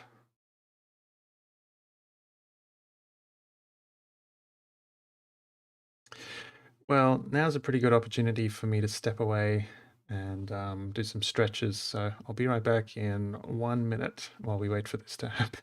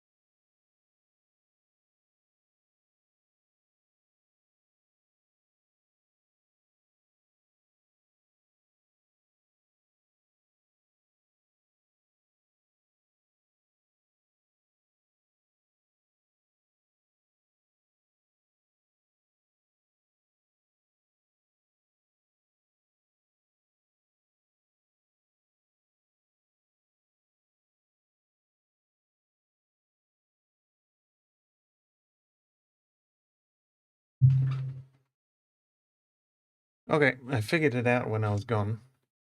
I was supposed to click export single asset, not export asset. I don't think this is useful to anyone. But I think these both do much the same thing. The only difference is that there's a crop right here. I guess it does back up a bit. Yeah, I take it back. All right, I just need to be more mindful. Export single asset. Yeah, that was much faster. I'm going to call this tub duckies, because that's specifically made for our tub right here, which is also just a simple asset in my books.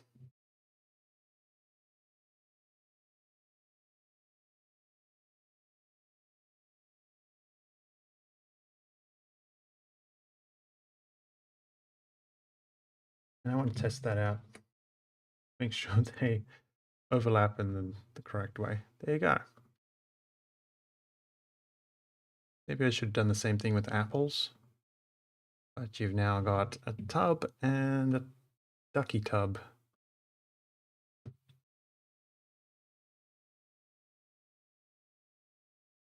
What was that before?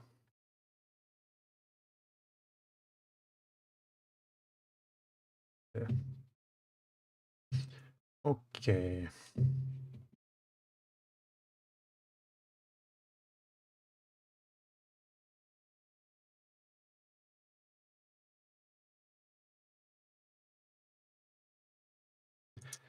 So I was doing metal assets before I got distracted. We've got a 2x3 cage.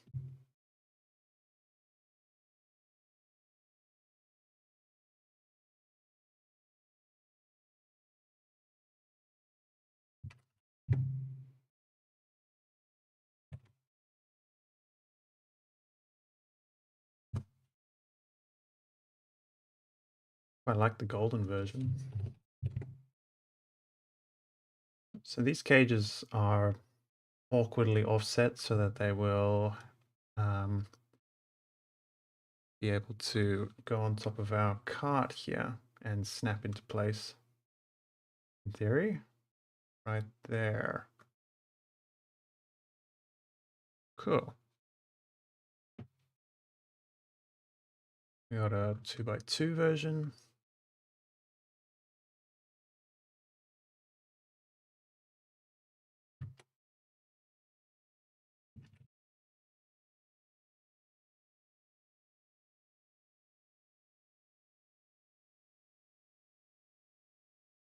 Metal staff. Well, we definitely want a golden horseshoe.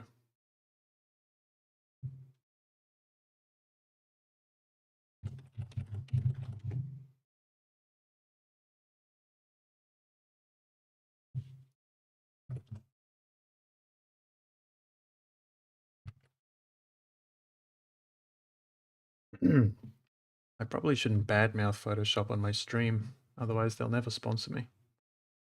That's every artist's dream, isn't it? Do we want a golden horseshoe peg? Why not?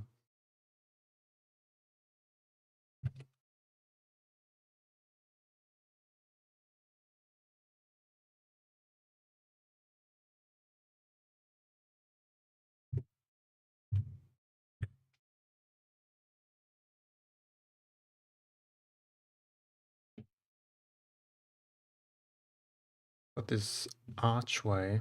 Is that what I call these? Do I call these archways? Suppose I will. I kind of think I should delete all of these golds things. Ah, never mind.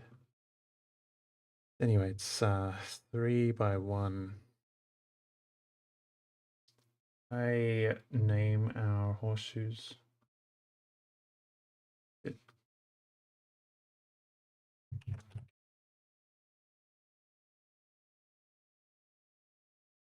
Archway.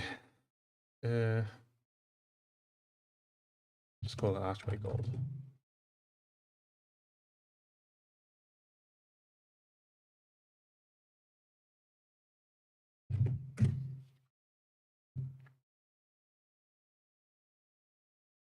Got a lantern. Golden lantern sounds fun. You're not going over the edge, are you? It's close. It's close.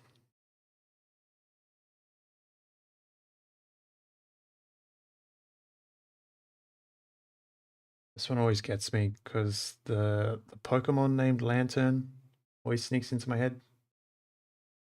And I want to spell it like the Pokemon, but I'm pretty sure this is the correct spelling.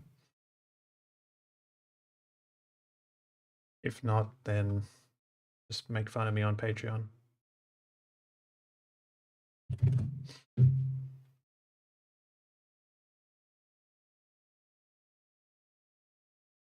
I suppose I should release an unpainted version of the cannon, including a gold one, right?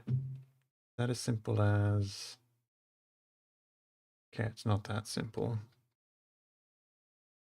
It is this simple.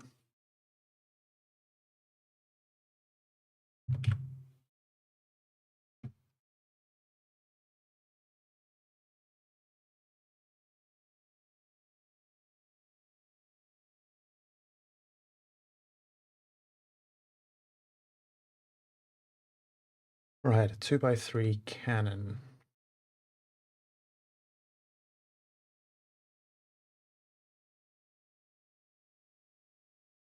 I guess it doesn't have any shiny bits on it.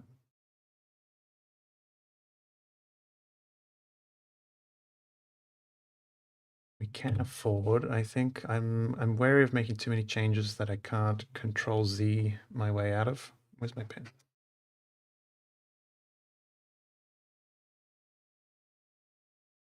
But if I just don't lift my pen right now, we'll be fine.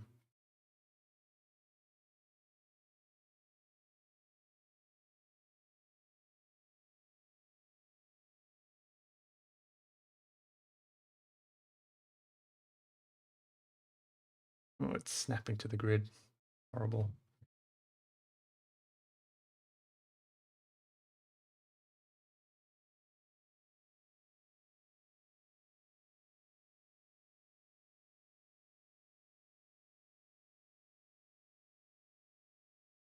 Is that better than no shine? It's a very simple one, isn't it?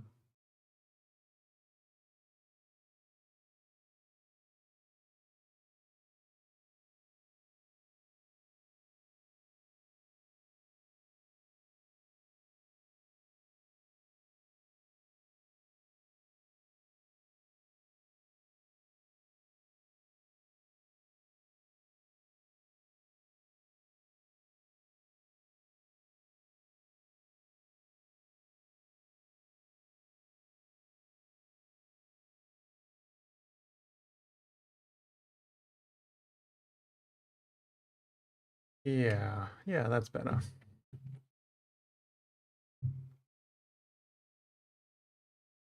2x3 cannon.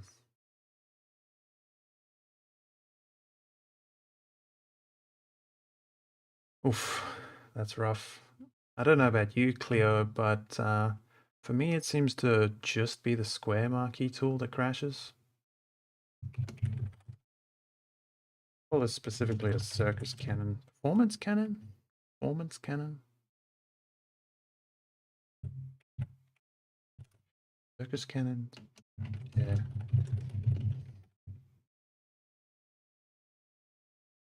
By 3.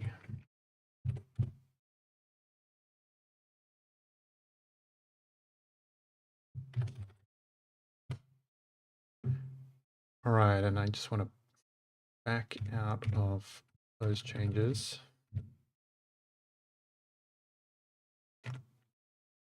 Right back to here.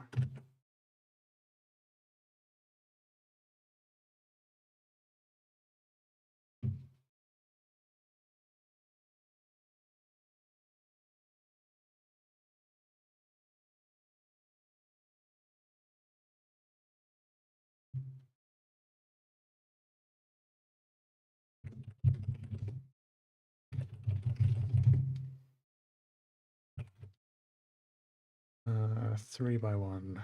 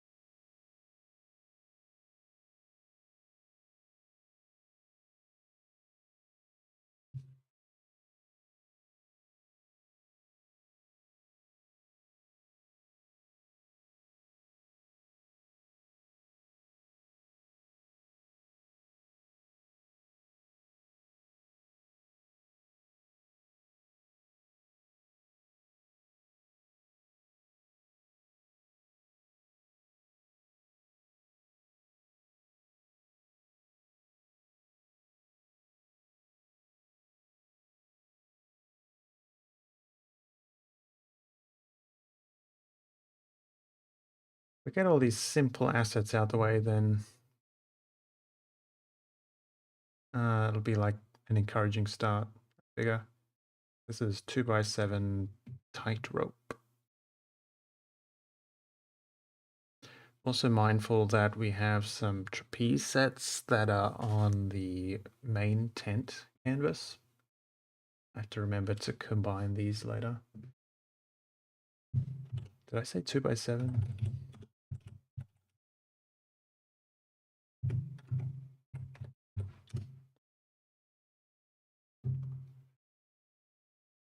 Seven.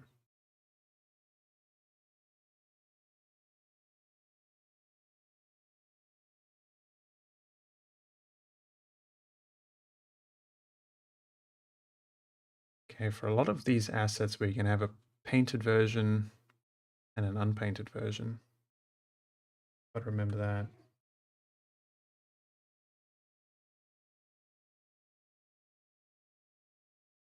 For example, what is this? A diving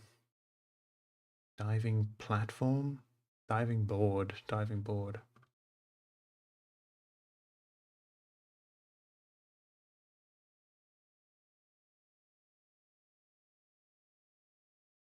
And for this, let's make another action very similar to the metal asset one. Sport painted asset. And this will, it will crop, disable background, sport painted version.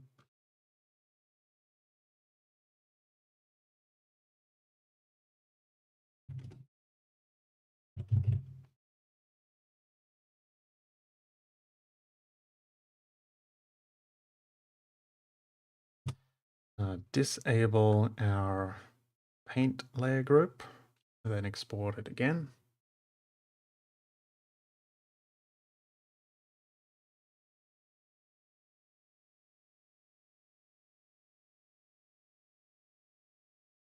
Suppose just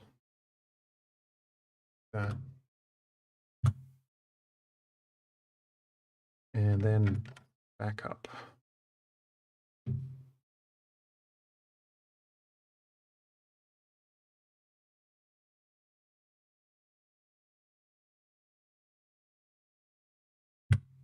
Clear, deselect, and reset the view.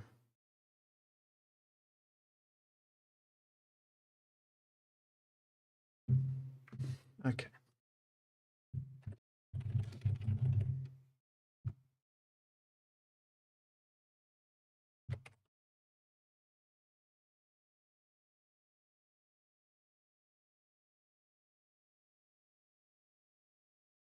And that'll be very useful for almost everything because, yeah, I just had the thought that we should probably have a little shine on the balloons. Although somebody did say in medieval times they're probably bladders, pigs' bladders, painted pigs' bladders, I guess. So maybe they're not so shiny. I'm not sure how you get helium inside them in medieval times, but you know, this is a general use asset pack. It's not just for the fantasy fans. Okay, these are simple assets.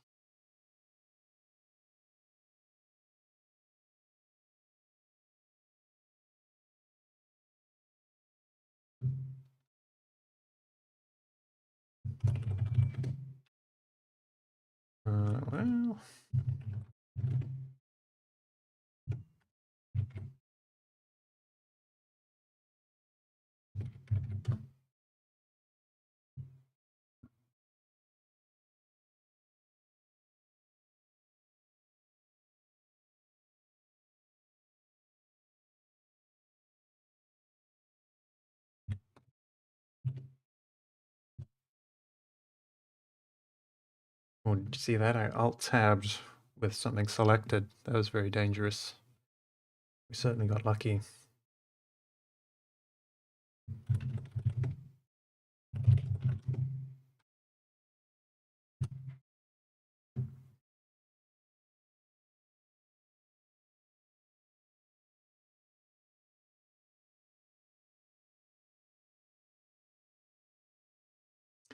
Hold up.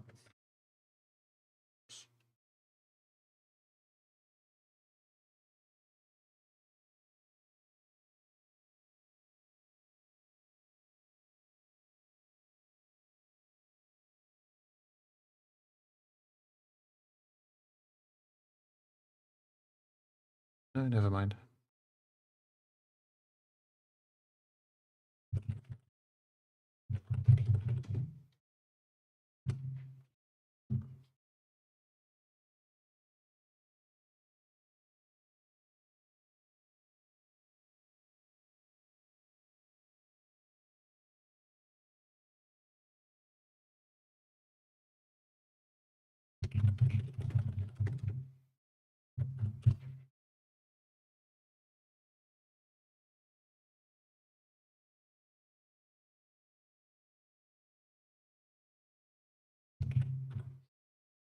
Hey, Bale.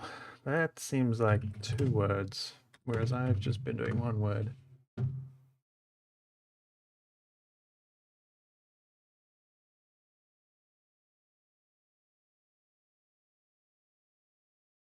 Hey, Bale.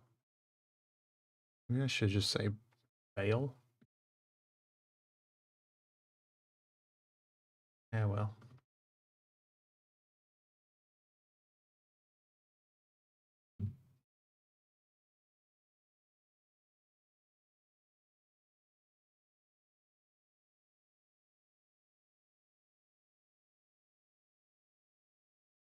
3 by 1 wooden painted asset.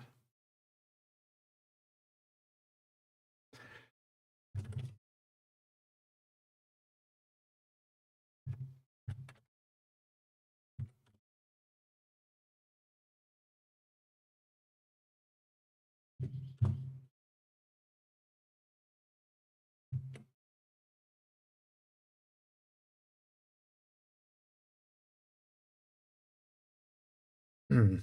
This sign, I think, will have some different color variations, so we'll get to that later. What's this? Table. Table? Counter?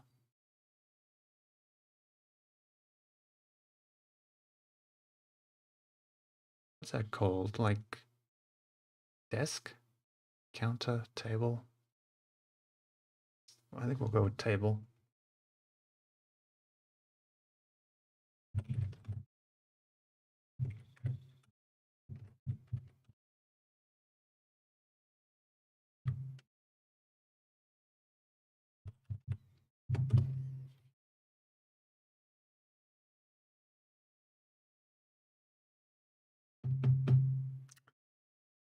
Hmm.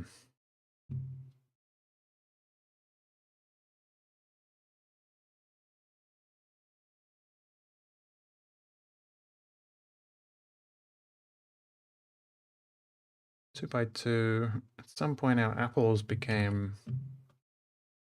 mangoes. That's better. Um, Dunk Tank. Yeah, I kept forgetting what this game was called. I don't know why, but I have remembered it this time. Should I give all of the games kind of a heading? Yeah, maybe we should. Game. Call it a stall game? Yeah, game will do.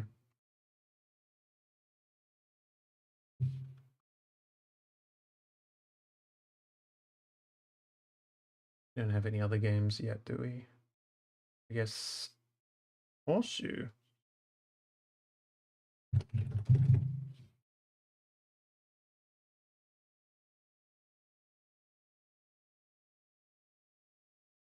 Then, like, do the hoops count as games? Not really.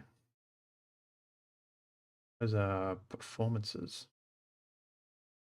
Does the diving board count as a game? I guess our ducky tub does. Yeah, that's the distinction I'm making, I guess, is that the targets, those games.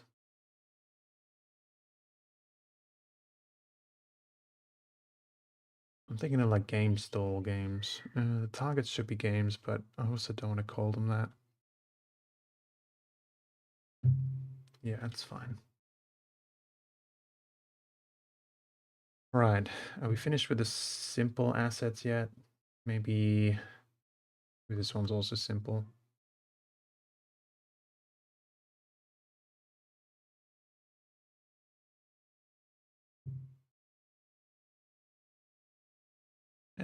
It's a painted asset.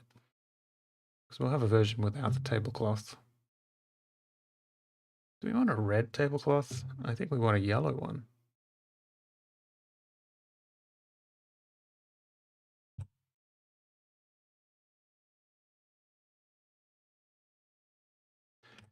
I've got an idea.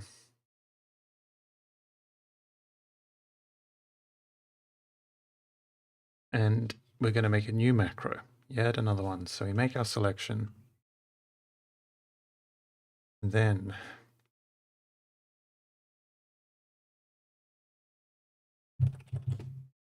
what do I call it? Export trio of painted assets. Then we crop. Disable background. Select our primary color. Select the mask. Invert. Save.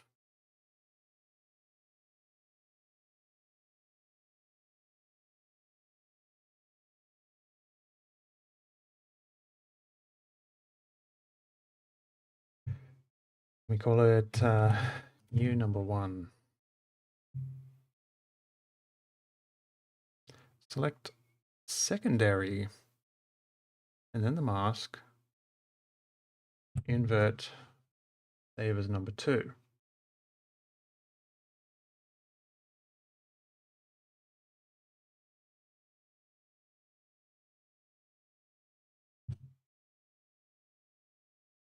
Select flags layer, just because I like this blue.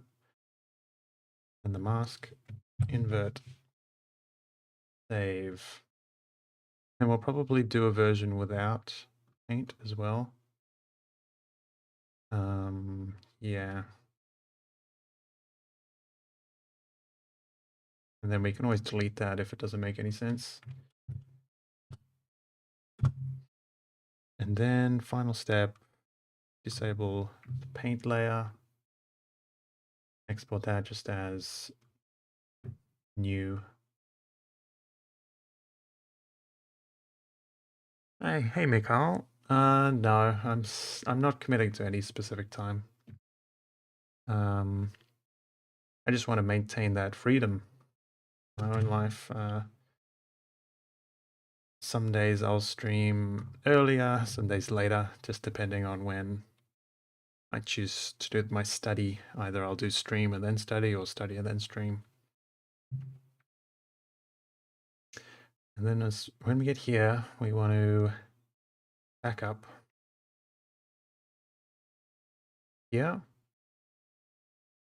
we want to select inner mask, delete it, deselect, then reset the view. All right, in theory, that should work for a good number of these. What is this? A banquet table?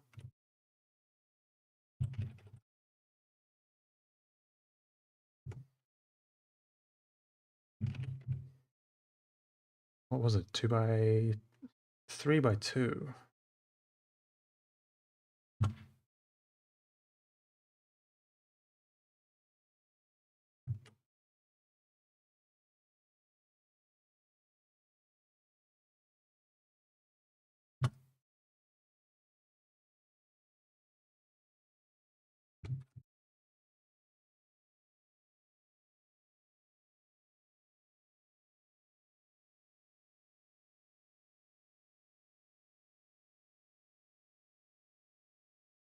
Now, did I have any things in here which I would like to export under this new system? Benches. Yes, and the table. All right. Yeah, so let's redo these two.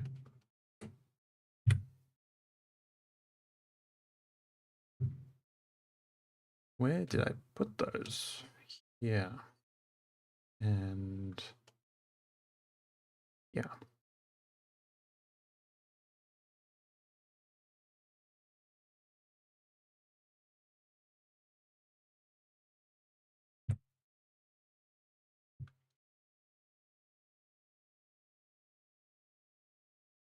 Okay, 3x1 benches.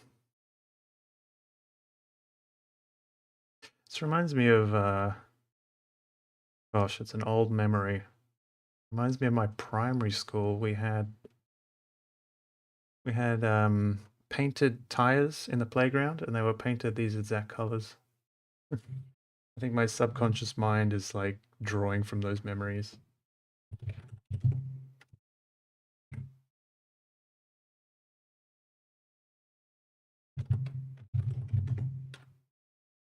Oh, hold on. Let's keep the naming as consistent as we can.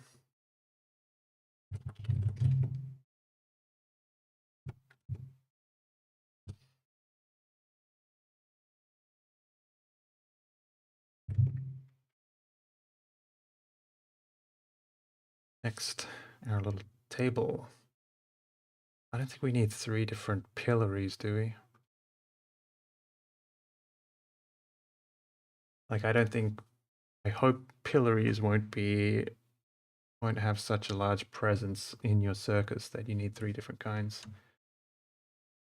Is this just a table? Is that what we called it before?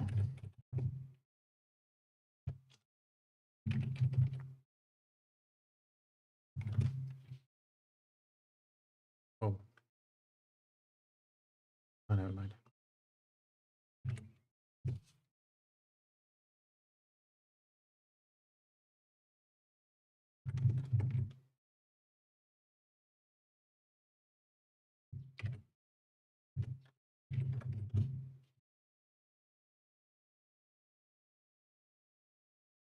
Okay, we have an archway, which we want to export under this macro.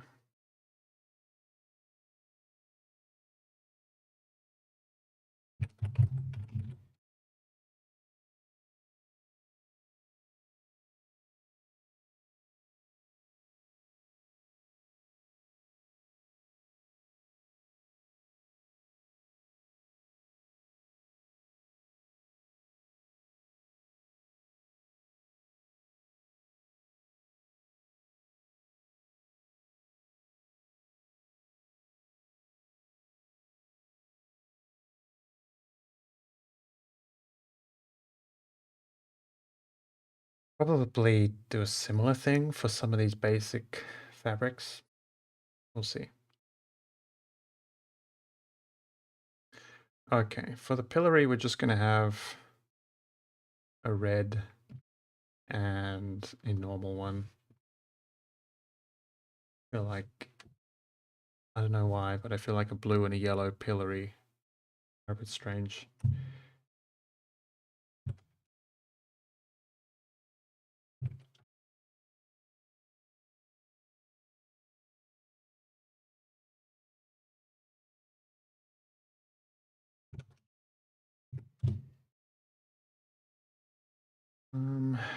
Now here, is this going to work with our macro? In theory. Some of them might look a little strange. We'll see.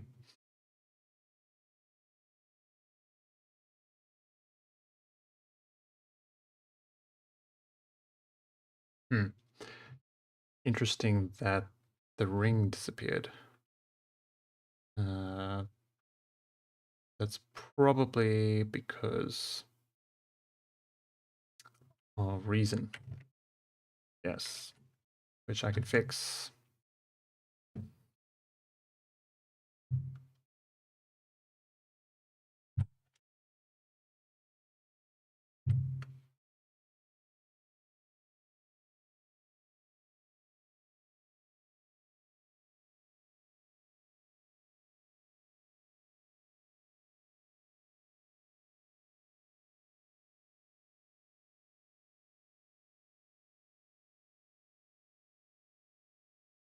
If I do that again, it'll work better.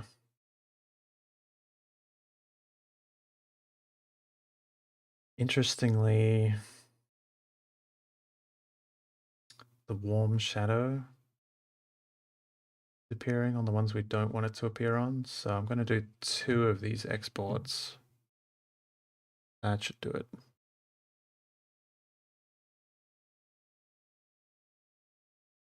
Thank you, Mikhail. That could be huge. I'll definitely look into that.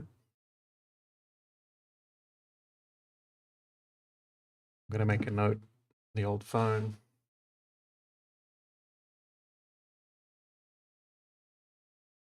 Yeah, one of the reasons I started streaming at all was so that people can watch me and be like, wow, why is Ross doing it that way when he can just do it this better way? And you can tell me about it and my life can get better. So I really, really appreciate it. Power Toys, Power Rename.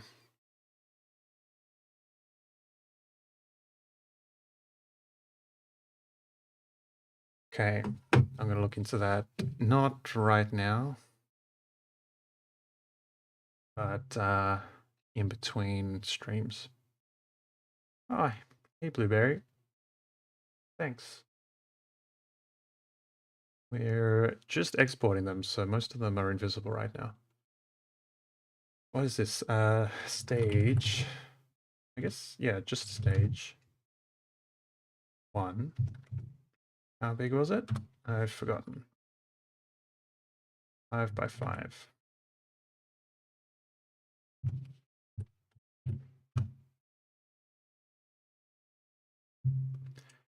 Stage 2 is correct color scheme, so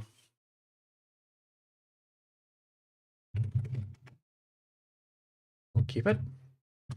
But now I want to turn off the warm shadows and export it all over again. I wonder, do we prefer warm shadows or cold shadows on the red version? I think warm shadows. That's just going to overwrite the blue one and the brown one with the correct shadows.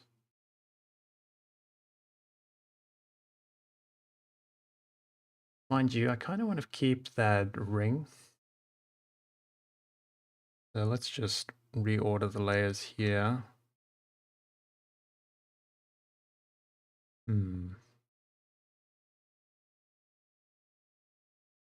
Yeah, that'll do it. Export it again, and it should be right this time.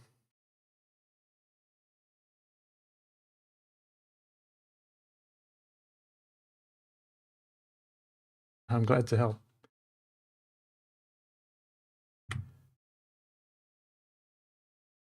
Yeah, that's good. Wonder if we want that secondary color. No, I think it's probably fine. Stage 3, please.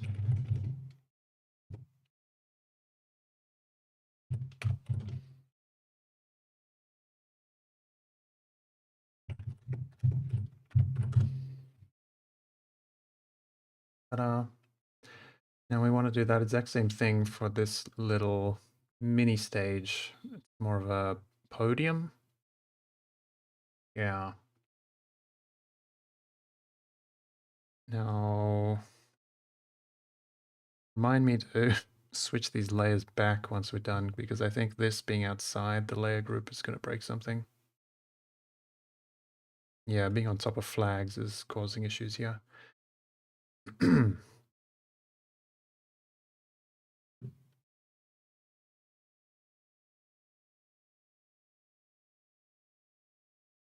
Actually, these ones look fine. Where did the little circle go? Interesting.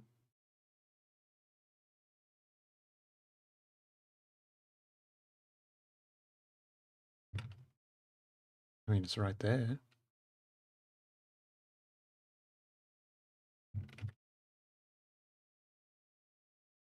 Oh, no, it's not. I need to transfer it over here.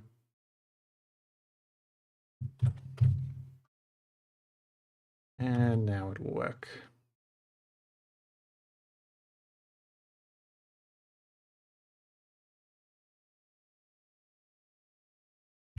Hold on, podium. Except it's not really a podium like an Olympic podium. It's more of a stand.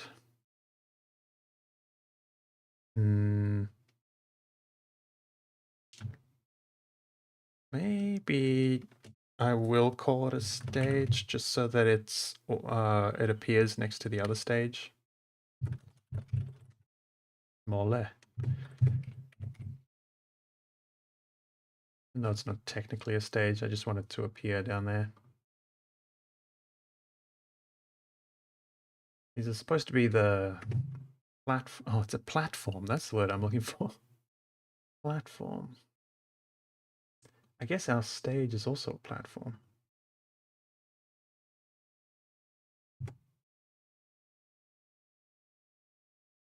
And it's fine as is.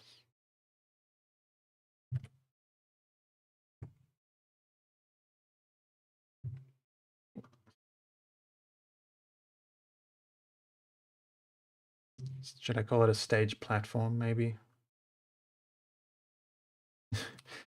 I'm imagining when you're looking for these using the search bar, entering platform or stage, you'd want these to show up.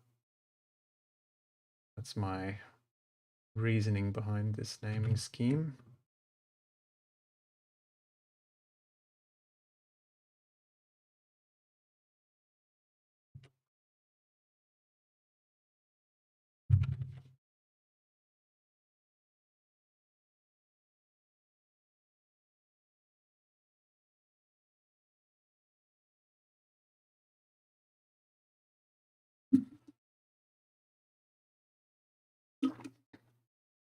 Yeah, I feel you, Blueberry. Part of me wishes that I...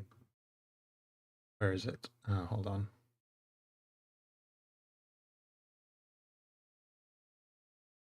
This one? Part of me loves this aesthetic so much that I wish that I originally started just with this as my word, as my art style. Black and white line art. Because it's so simple and elegant. But it's too late for that. I'm in too deep. We got to do colors. Mikhail, that if you have snapping enabled and snap to grid enabled, then it should just snap. That should be all you need to enable. And I use the little, I was about to point at my screen as if you could see that.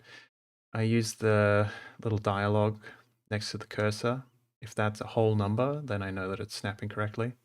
If I'm a little bit off and it says like there, the height is 3.8.3.82, then I know it's not snapping correctly. But if it's perfect 4x4, then we're good. These balls. I think I run export trio and then we pick the ones that we like and leave behind the ones that we don't.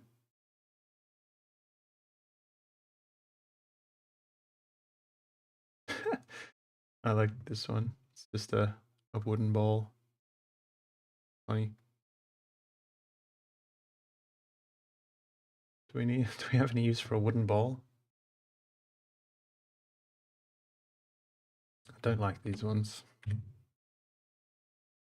In fact, hold on. It's supposed to be red. So let's keep those and also export using this one, and then we should get 2 balls out of it.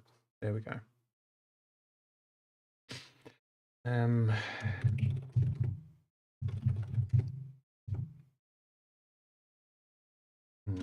Wooden.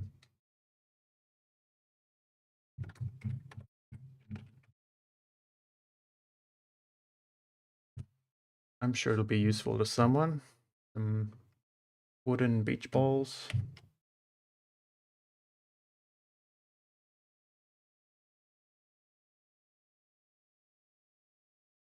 Painted? I guess they're painted.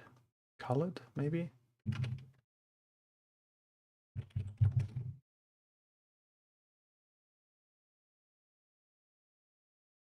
I did that wrong.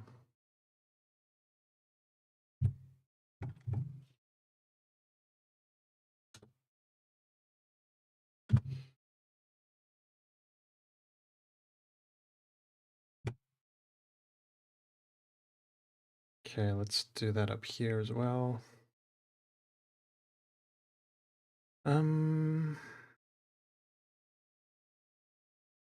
No, we're good.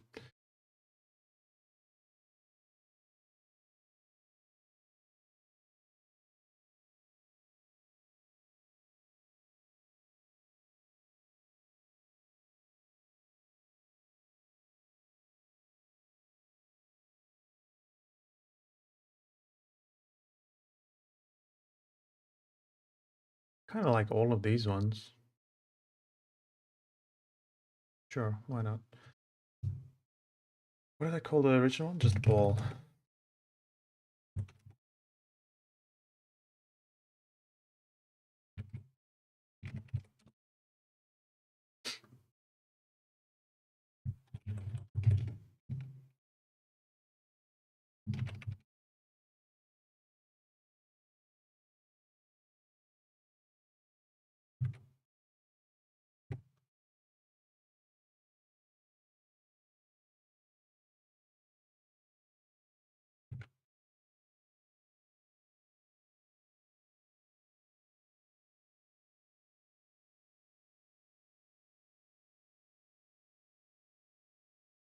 It's like a monster's eye or something. Thanks, Blueberry. I appreciate it.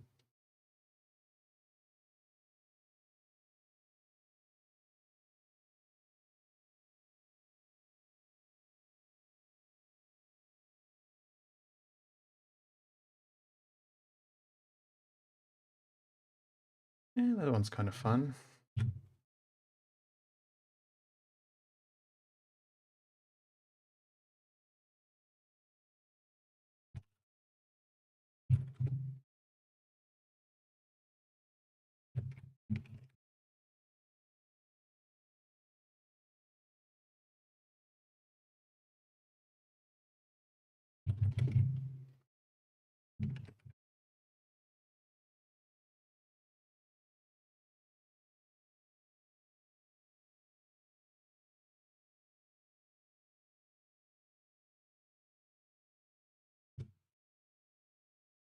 Okay. This is the progress we made. There's a lot to go, isn't there? We may as well have some arrow variation. Maybe we really want brown ones. How about we go for... Shouldn't there be a yellow one in here? I know what went wrong. Let's do our arrows like this.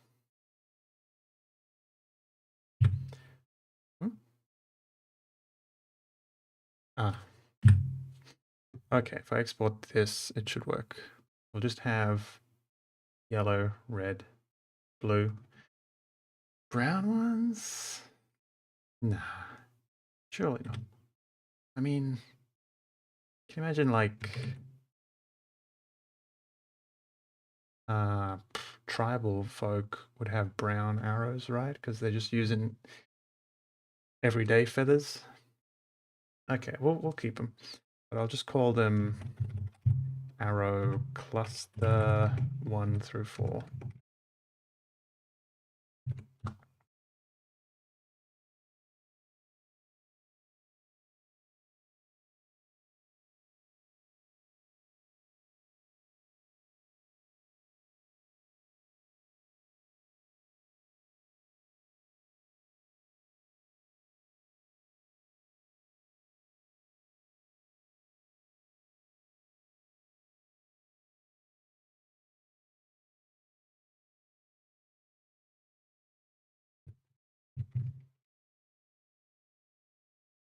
No, you're not yellow at all.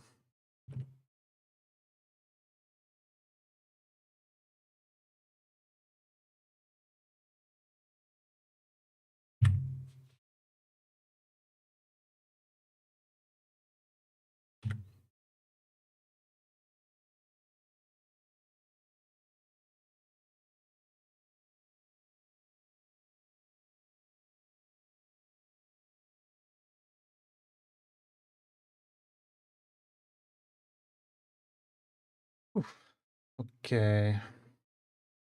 Bucking bull. There's another instance of, let's just export a bunch and see how many of them we like.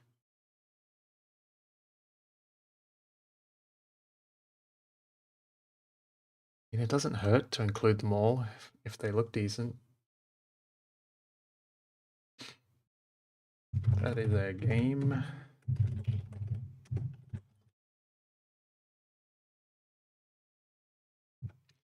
2x2.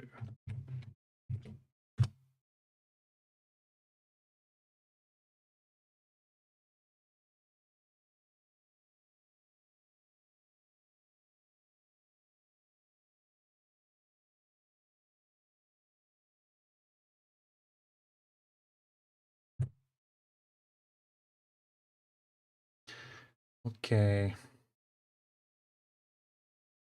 So I'm slowly weeding out all the simple assets, and the ones that are left, we're going to do the first method. If you were here for that part of the stream, you would have seen it. The one that outputs, one that gives us the opportunity to make a bunch of very distinct variations. So that is what we're going to do for what remains. The possible exception of some of these simple flags. In fact, excuse me.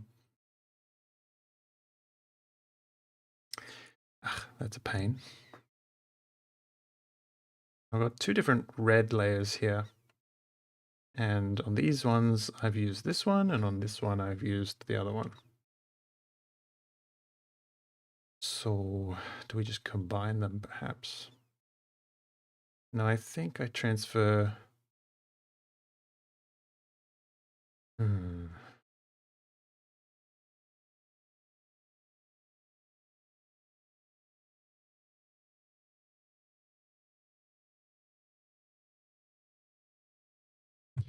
Yeah, I think I transferred the red.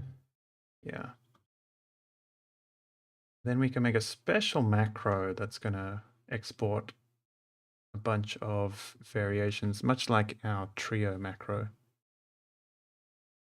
for these simpler assets. So these specific banners. But anyway, before we do that, I think our little seesaw we can throw in here.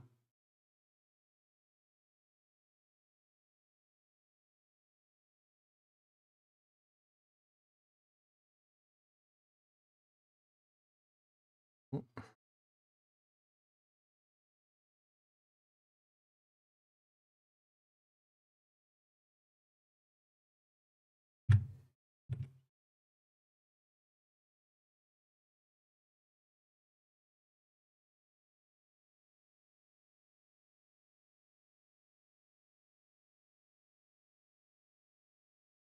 Okay.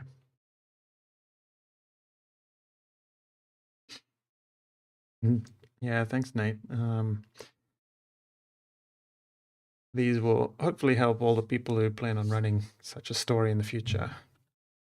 How do I spell seesaw?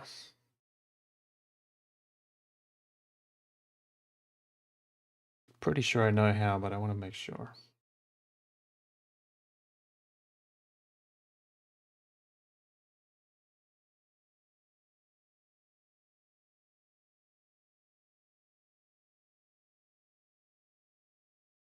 Annoyingly, the only thing that's coming up is an app. But it seems the spelling's the same. I want to make sure because I don't want to accidentally be advertising an app. Yeah. Yep, I had it right. Okay, seesaw, unpainted.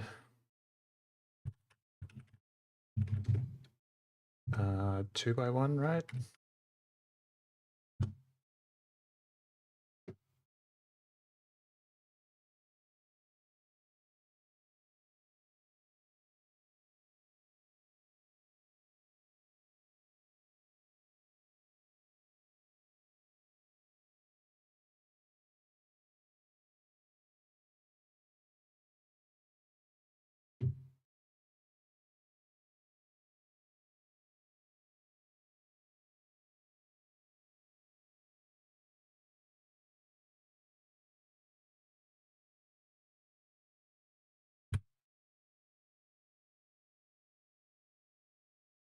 Right. Should I export these with the same method? Probably. So 3x3 whack-a-mole. I don't think we'll need an unpainted version. We'll see if this spits out anything decent.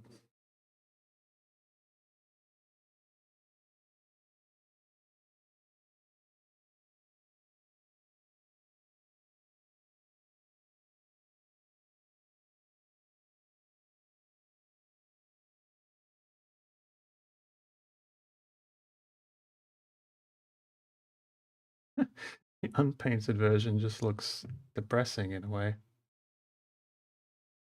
Um,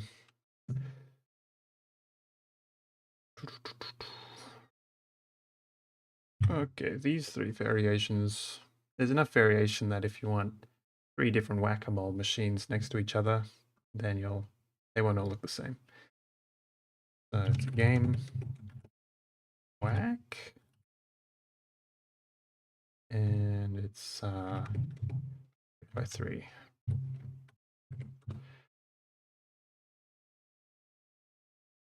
Thanks, Cleo. I just caught up on chat now.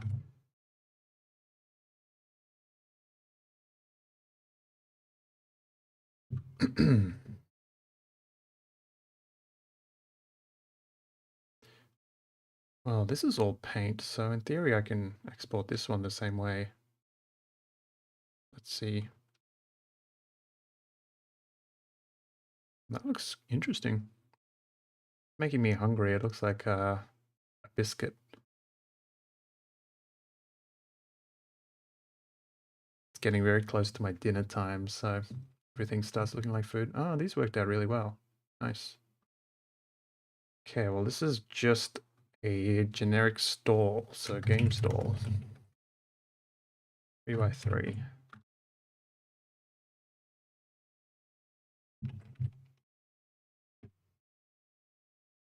Game stall 1.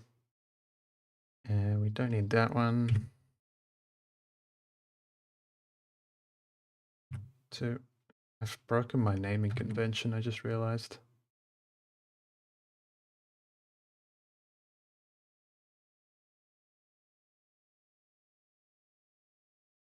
This is all paint as well, so we can probably use these macros for the bulk of these little game stalls.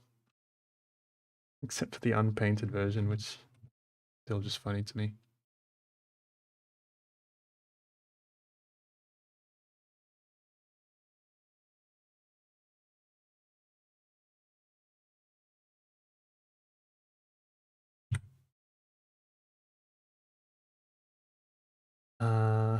Well, this is also a game stall. How do we separate them? Game tent? Nah. Game stall. Canvas.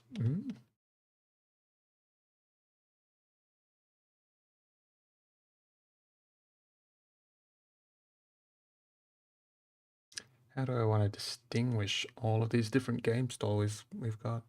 Maybe call it game stall 2.1. Yeah, that's the way to go. So the other game stall will be like 1.1, 2.1, 3x3. We don't need that one.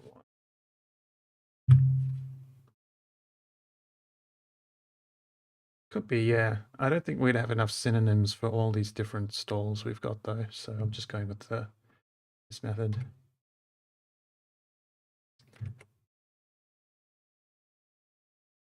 Where are you hiding? So yeah, these ones will become 1.1.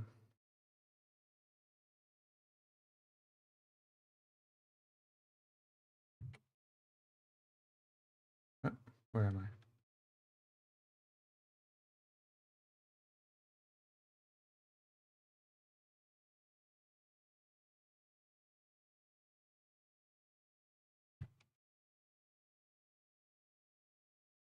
Yeah, that'll work.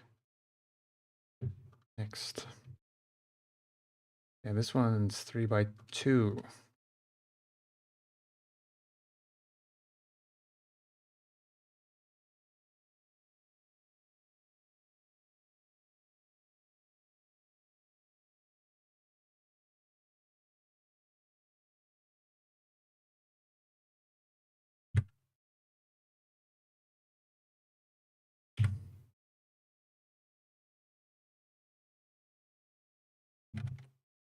Install 3.1 is 3x2. I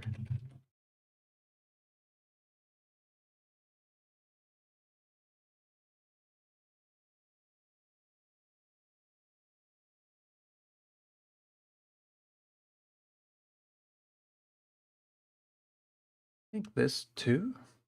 Do I bundle this one with the tents or the game stalls? Maybe with the tents. Yeah, I think the rest tents. So we got 3 game stall structures. Nice. Now, can I just run the same thing over here? 3x3, test of strength.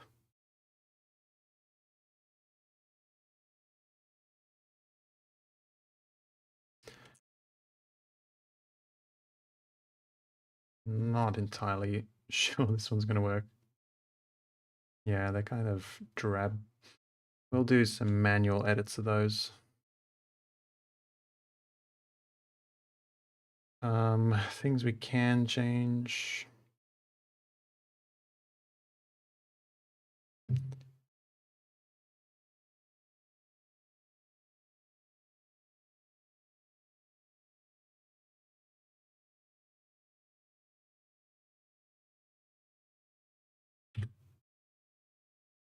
These variants are useful in case you want to, again, line up a few different ones next to each other. Game. Balloon darts. Is balloon 1L or 2? I think it's 2, right? Balloon darts.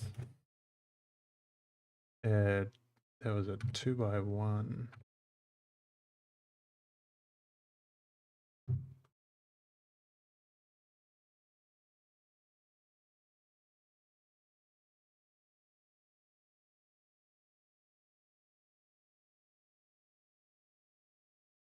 I wonder if we can get away with the same thing for these.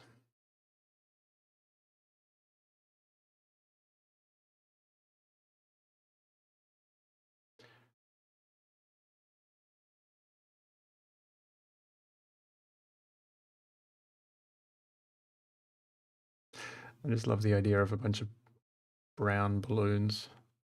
Just the worst circus ever. Just blue and red, that's kind of cool though. Thanks, Cleo. Helps to have spell check in the chat. These are just balloons. It's 1x2.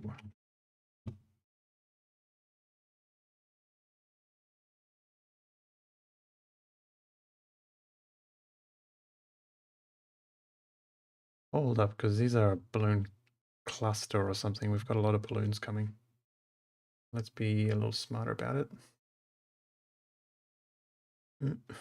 Where are our balloons? In the B section, probably.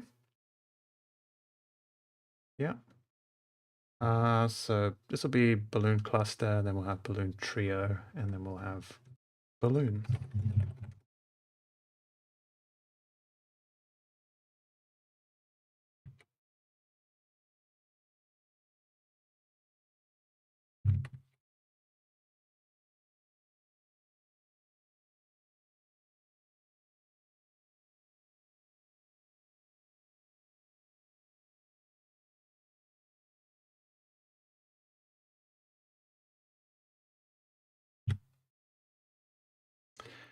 Okay, these are pretty boring balloons. So let's make a manual edit here. I feel like there's 2.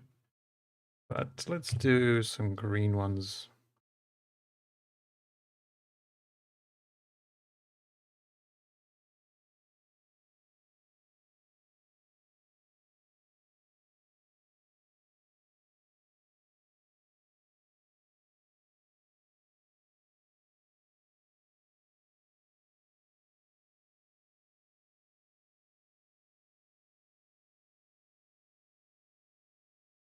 There we go.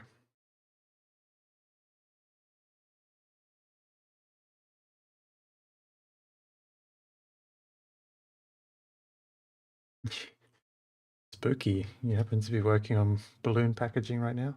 Wow. This is just balloon trio.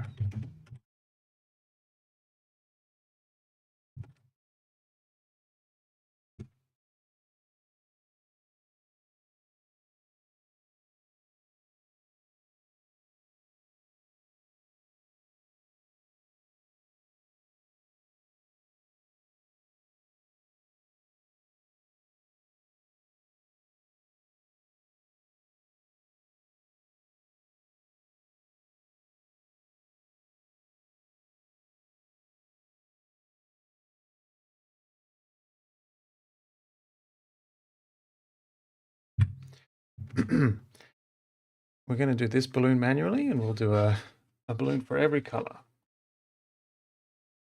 when we get there. Do we even have every color? I'll just chuck it in this food layer and we'll do every color.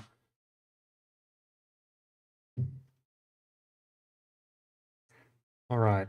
I think the rest of these, no, false. I think we'll make a macro for these streamers, pennants.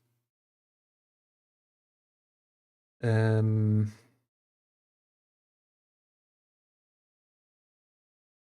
I do that now? Yeah, let's do that now. Now or later, it doesn't make a difference. So here's the macro. We set our colors. Right, well, here's what I'll do. We want to separate this out so that we can make all the changes we want. So that's what that macro is for. And then in here, we'll make a little macro to export all three to different files.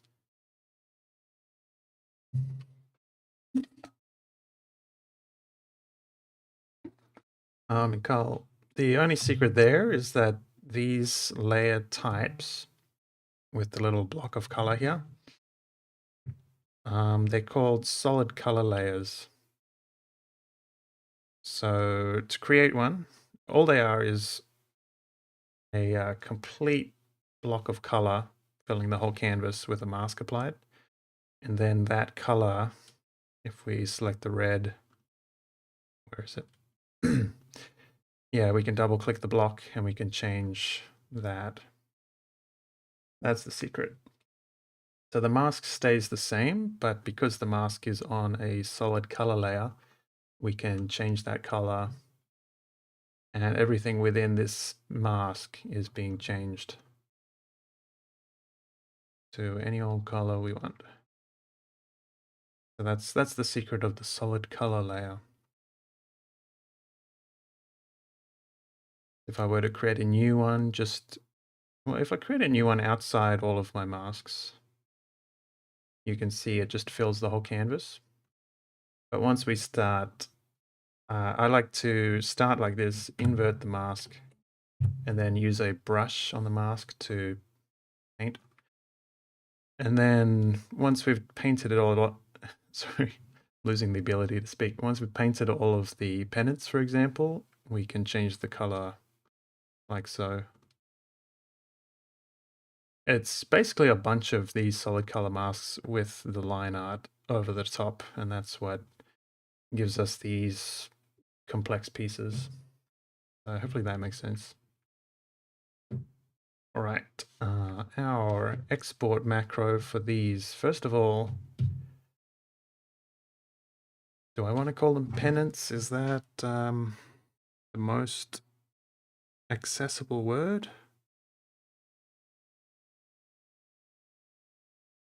It is what it is. They are indeed pennants.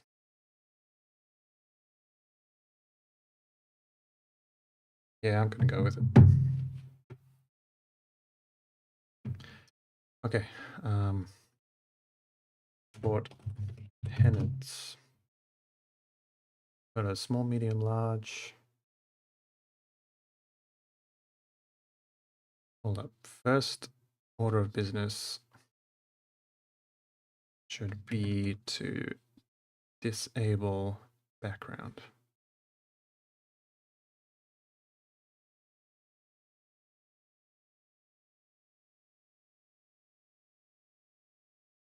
Next, we crop to large pennant.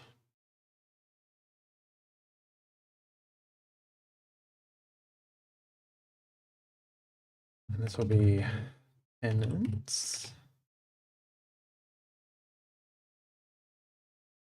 Bunting flags, that's also good.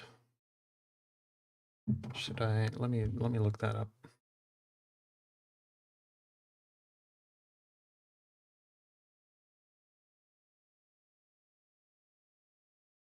Yeah, you're right. That's a much better term. Thanks, Cleo. Truly the thesaurus of the chat. Bunting flags. Large. And the large size is what? 5 by 1.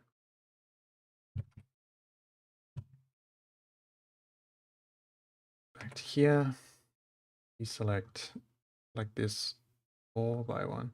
In fact, we don't need to define large, medium, small because that's going to be described in the dimensions.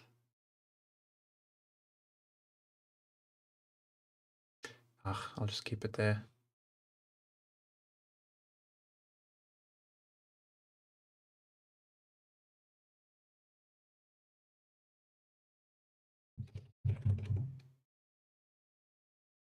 Four by 1. Check. 3 by 1.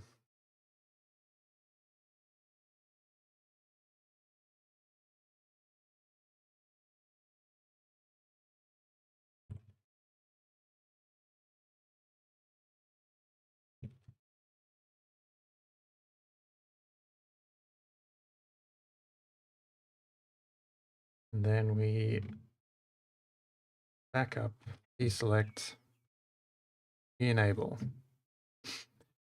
And then we can select a new color and run macro again after we've renamed them.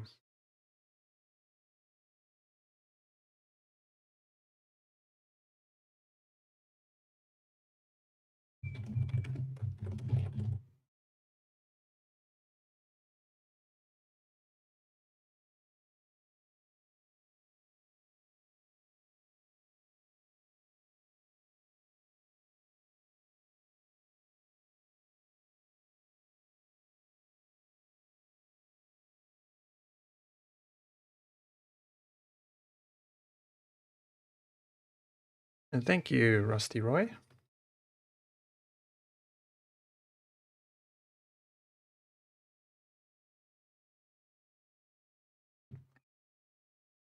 Okay, so now when we hit this, it should export 3 new ones.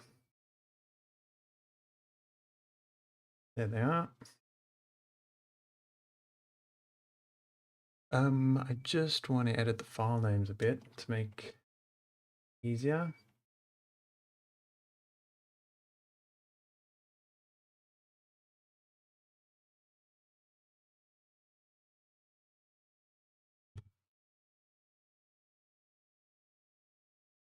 First one will be, yeah, in fact, let's get rid of the large, medium, small. Just go bunting flags, leave space for variant. And the first is 5 by 1. Second,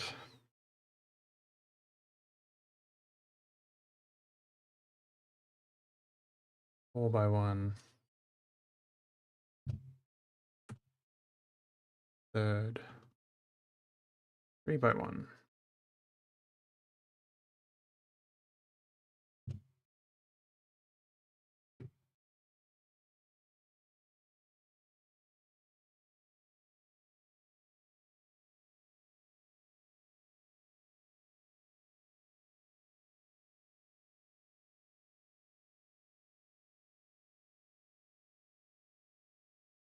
Okay, all that so that we can do this.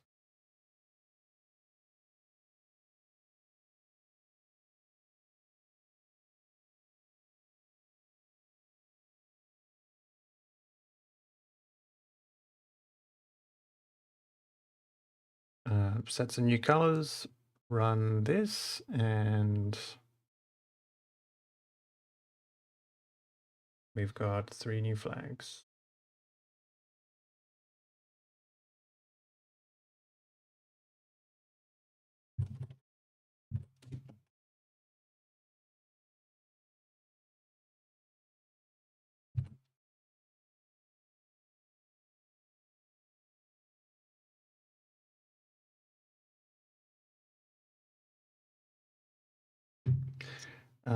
So we want to generally follow the color scheme of our our entrances.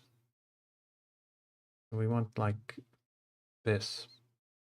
I think will be these 2 colors. Purple, blue purple, and ethereal green.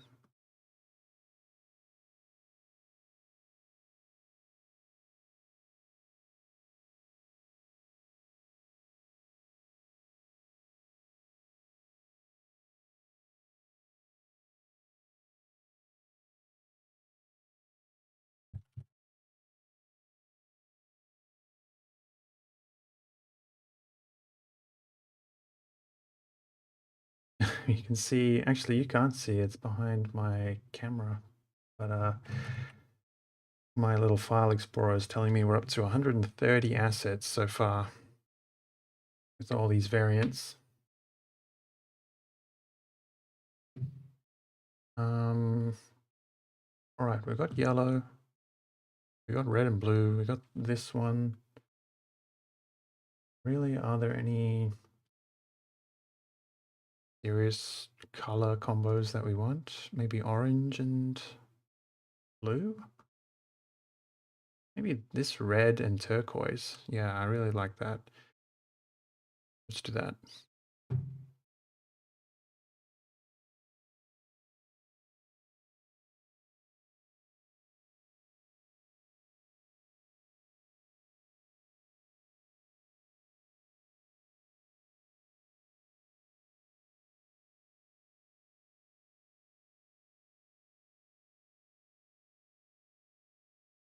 Is that about right? A bit more blue, perhaps? Just a bit brighter overall.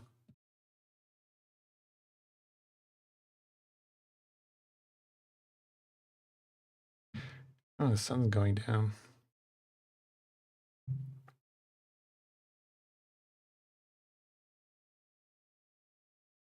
I'll call this red and green just because well, I'll call it red and turquoise.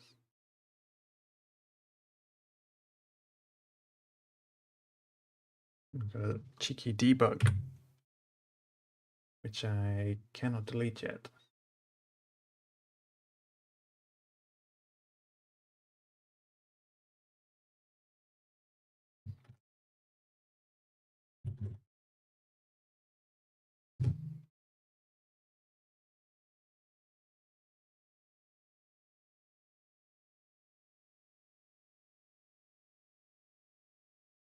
Thanks, Mikhail. Yeah, it's call it the iconic asset of this pack. I think it's the most impressive asset in this particular pack.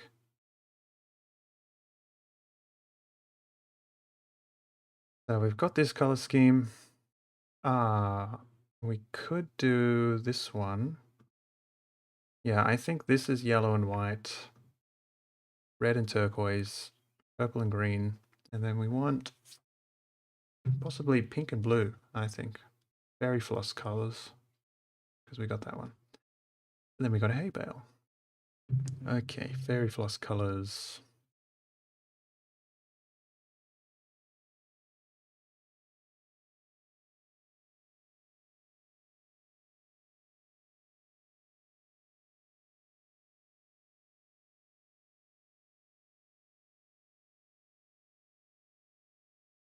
Lovely.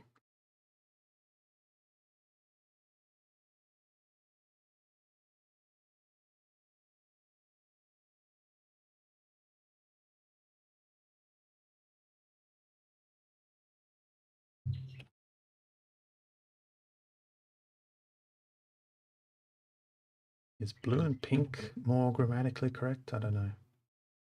Doesn't matter too much.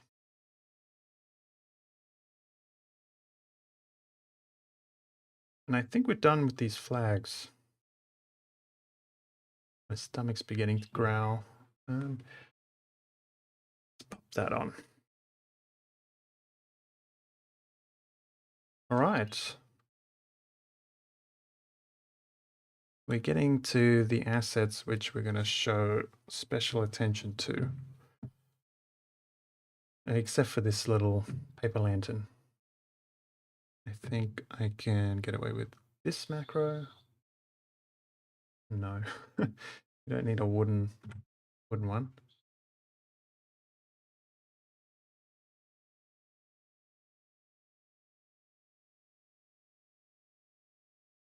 I think I'll just invert it.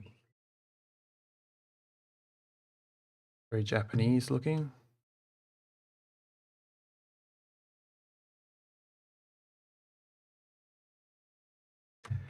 Lantern, paper 1 and 2.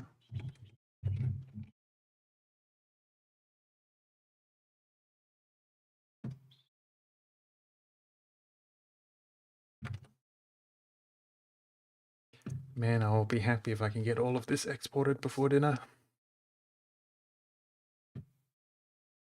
Wagon. I'm just going to try running our painted assets macro on it, see how it comes out. It's 4 by 6.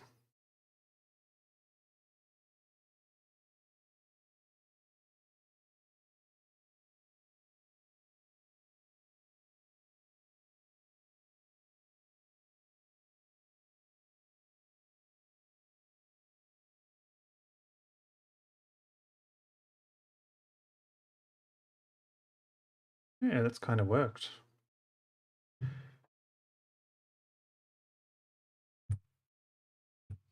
This is pretty much what I had in mind, actually, for my manual edits. Cool. I'll keep that.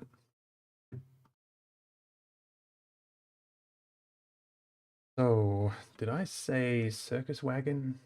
Have I got anything? What am I thinking of?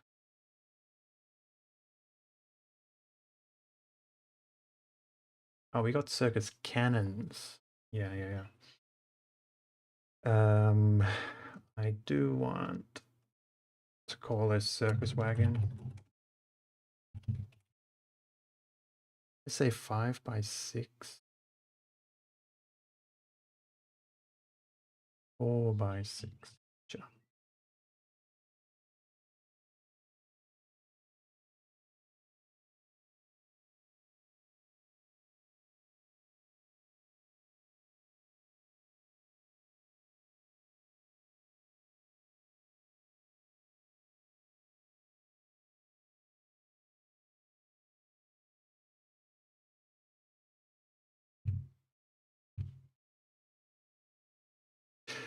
I don't really like that it's kind of a McDonald's color scheme. I think we take this one and we delete it. This one is too McDonald's for my liking.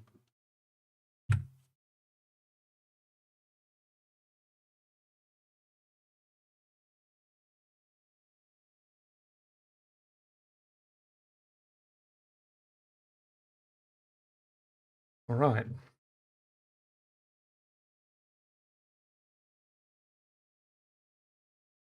Yeah, that's true, Mikhail. Mostly it's because we have a cannon before and we have a wagon in other asset packs, but these are specifically designed to be circus themed. I suppose that's true for certain other things like the stage. most other things.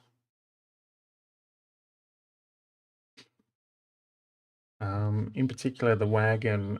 I plan on doing a updated wagons pack next month. So that's kind of my reasoning. With these tents.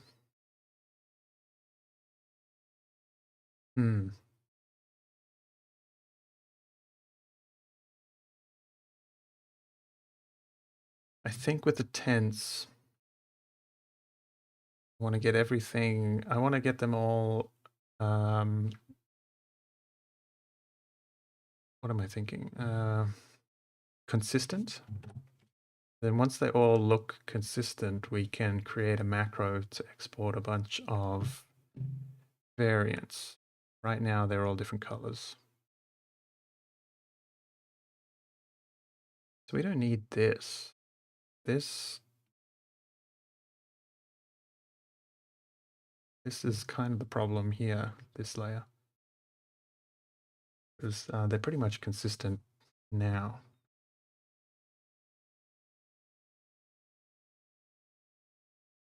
But have this layer to play with.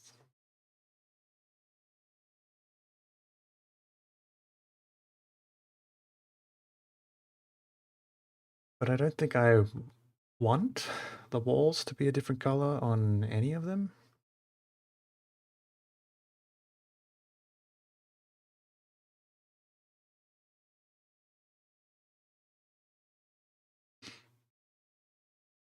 Maybe these stripes should be continuing down onto the walls. That makes sense, doesn't it?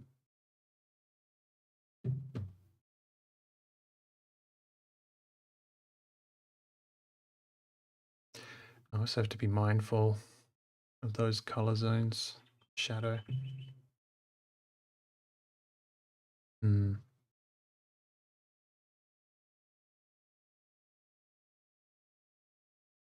Okay.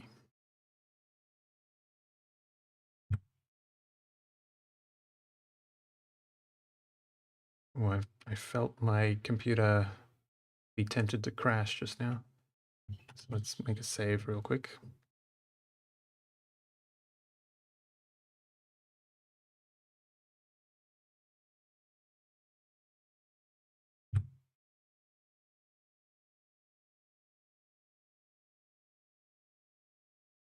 I might be able to run the same macro over here.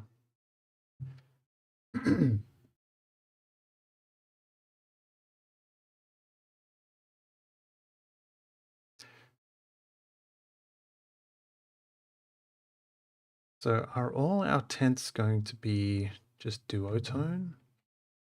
Like this, but different. Yeah, I think that's the way to go.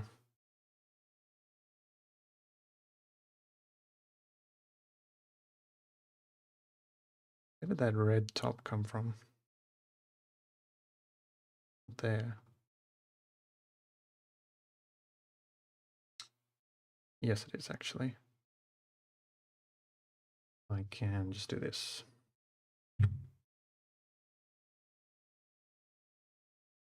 And I need to remember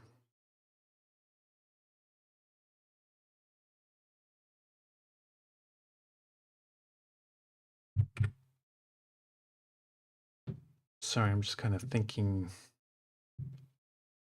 sporadically, or incomplete thoughts. The commentary always drops off about this time of day as I'm getting hungry.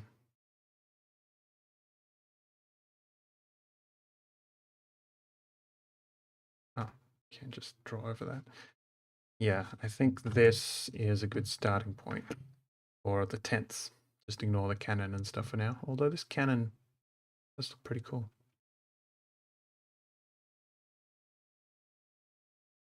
So this all needs to be warm shadows, please.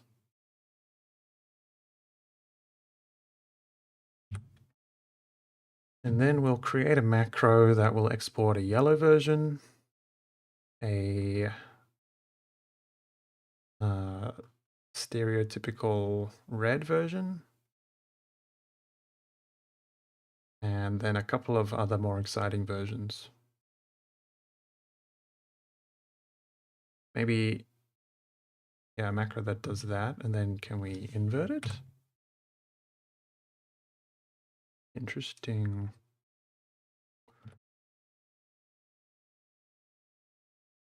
This particular tent just looks better when it's inverted. Means invert this as well. Beautiful.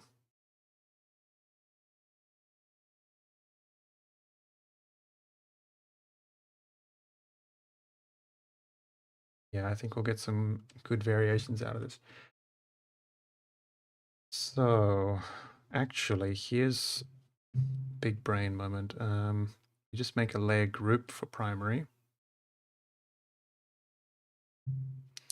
Can we dump our warm shadows down here? Maybe not. Yeah, we make a layer group for primary, and then I can remake a bunch of variations in here before we bother with the macro.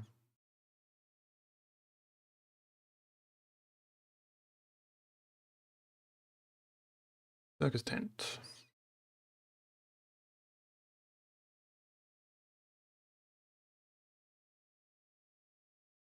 I think we'll shift the flags over as well. Can I just do it like this?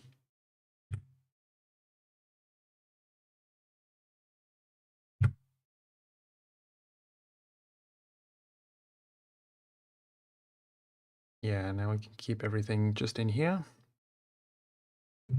And go wild. Then we're just working with this color and the base color and the wall color. Although, maybe I should combine walls and base.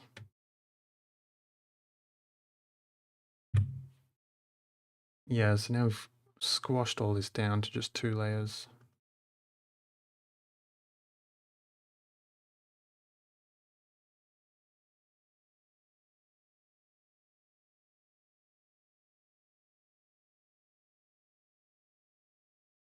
And then our macro, yeah. Okay, so let's call this secondary.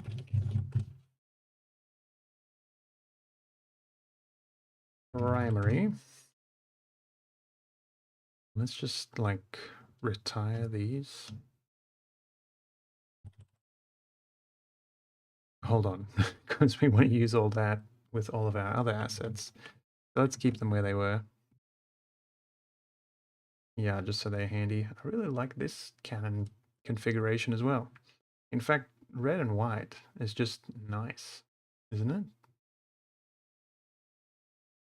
Got that picket fence kind of aesthetic.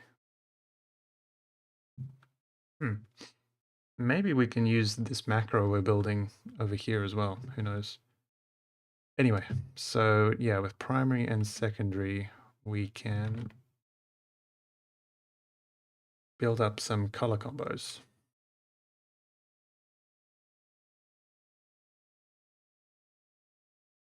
And we want to base them on the color schemes we defined before. Let's just import these over here.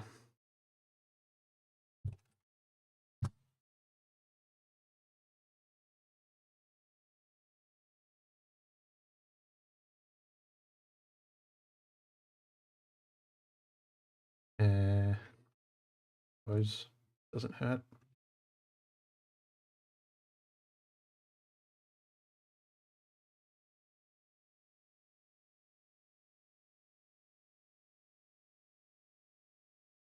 Wonder if you would like line up 2 of these next to each other. That kind of works. That.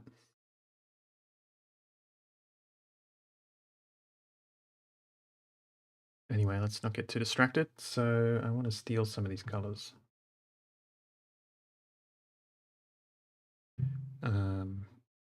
That'll be secondary. In fact, we want this color. for a edgy circus.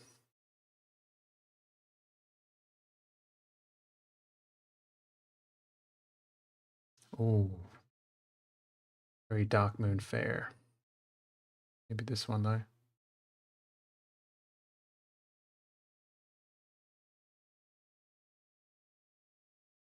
In this case, I kind of want a wall color. So we can have 2 stripe colors and a wall color.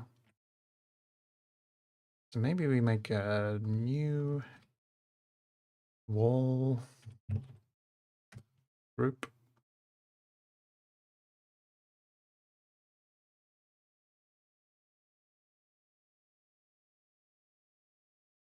Except, is this going to clash if I put the blue and the purple next to each other? I feel like it will.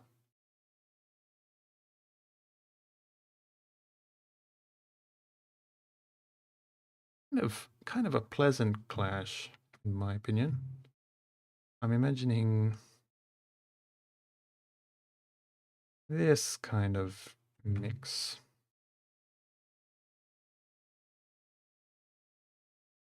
What if we put the green up there?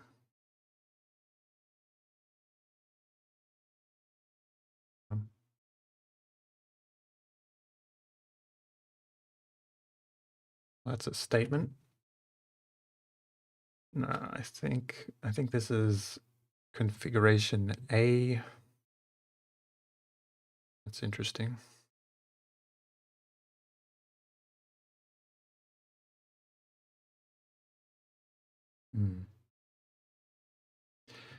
Be nice to write a script which just like enables a random selection in these 3 layer groups, but definitely don't have time for that. But I do like the sound of the idea of this color scheme, the quote unquote American one. Oh, yeah. Thanks, Mikhail. Halloween color scheme is definitely in order. I'm actually going about this the wrong way. What I need to do is set up a macro, a lot like our bunting flags, which just exports all of the tents. And then we can make as many combinations as we want and just export them as we make them. I don't need to make them all ahead of schedule. So let's build that. First of all, we want our basic yellow. Ooh. It's like the jester colors. We want our bare basic banana flavored baby food color scheme. And then we'll build the macro and move on from there. And we will make a bunch of variations, never you fear. But as for basic variation, what do I feel like? I think this is good baseline. Make sure we're not hiding anything underneath these.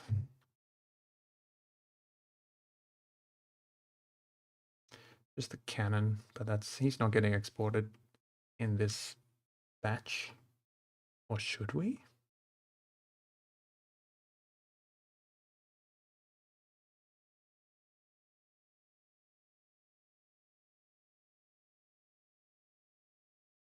There's definitely a third color on here.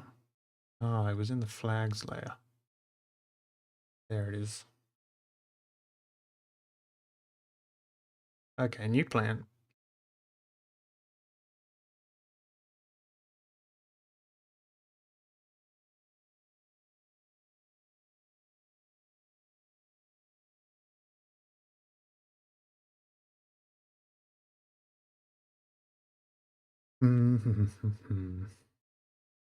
Right, new plan. We keep the flags layer, but I'm just going to disable it on these tents because I don't know. Maybe that is a nice addition. You have like a red.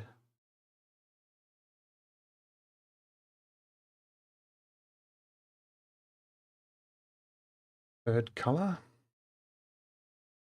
No, but I really do like it when it's the same continuous color. So what was I saying? Yeah, I want to keep it on the Canon and stuff. So we're going to put it in its own group. These layers just keep getting more and more crazy. And we'll just call this not tint.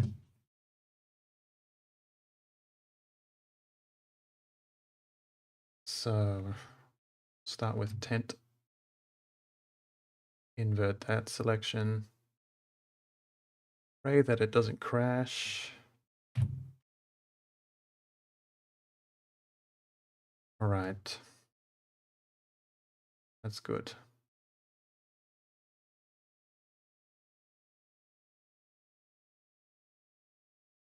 I want to invert this. I think so, because this is primary, so it really should be primary, both of these. Means we also want to invert this.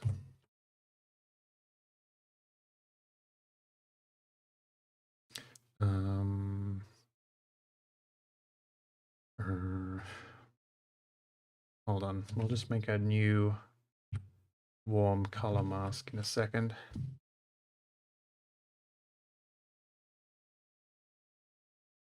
All right, we're kind of overlapping.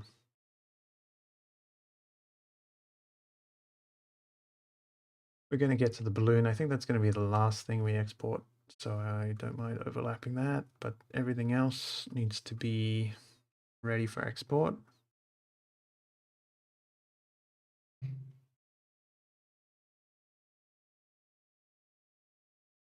We'll prepare our shadows.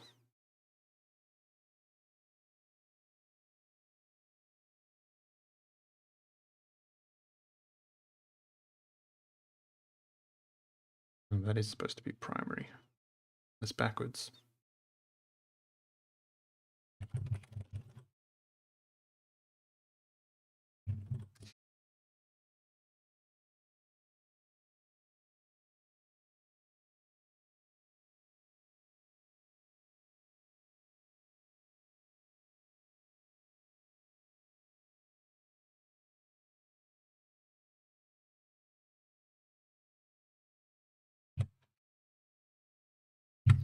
All right, so I want it to be,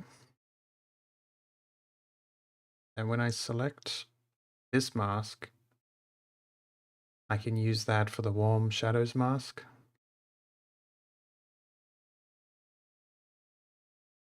But right now when I select it, oh wait, no, that does appear to work. Okay, I think we're good to go. So I can just select that mask and apply that to the warm color mask, and voila. All right, that was a bit of prep. I can save that and build out export tents.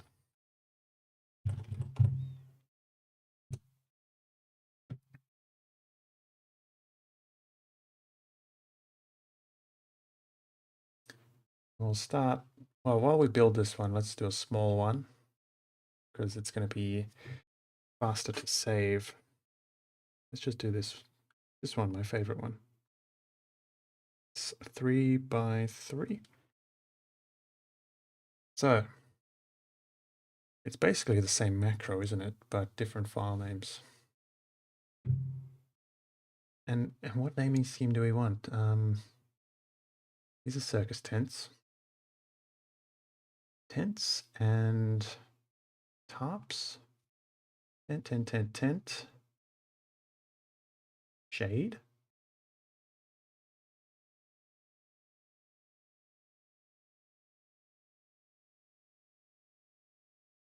We say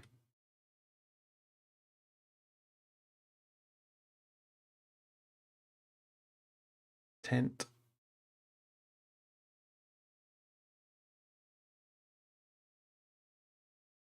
I want the names to be descriptive, right? So oval tent, round tent, square tent. Then we have tent small. 1, 2, 3, and round. Yeah, I think that's it. Or we call it maybe major tents and minor tents. Big tent, small tent. Okay, how about this? Big tent, oval, round, square, small tent, 1, 2, 3, round. I think that's the way to go. Yeah. Okay, so we recording now. We want to disable background, crop.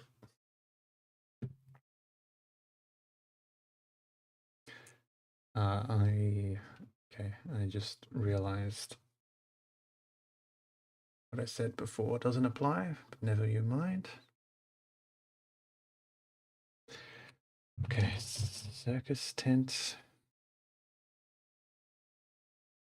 Maybe we make a distinction between a circus tent and a tent, because no, I think we go big tent, small tent. So this is tent, small, small 1, 3 by 3.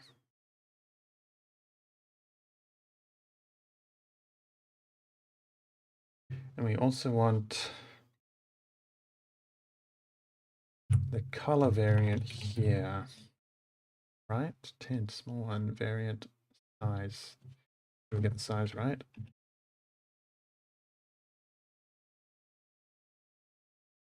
Okay, export small tent 1, next small tent 2.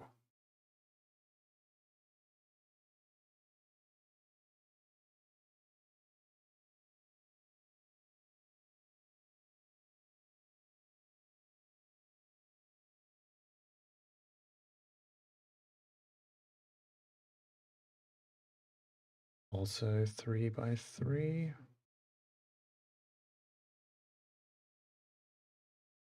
Oops, so check right now. Yeah, that's 3 by 3, isn't it?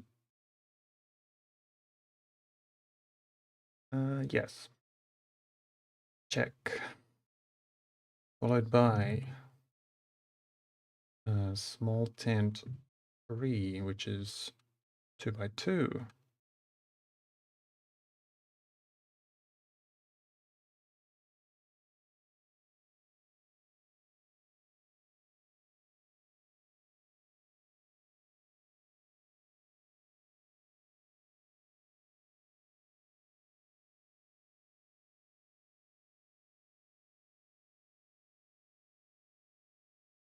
Followed by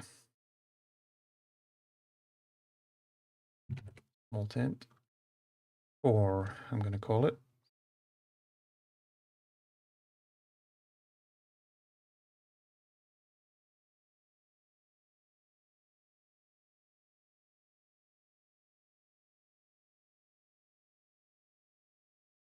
Also 2 by 2.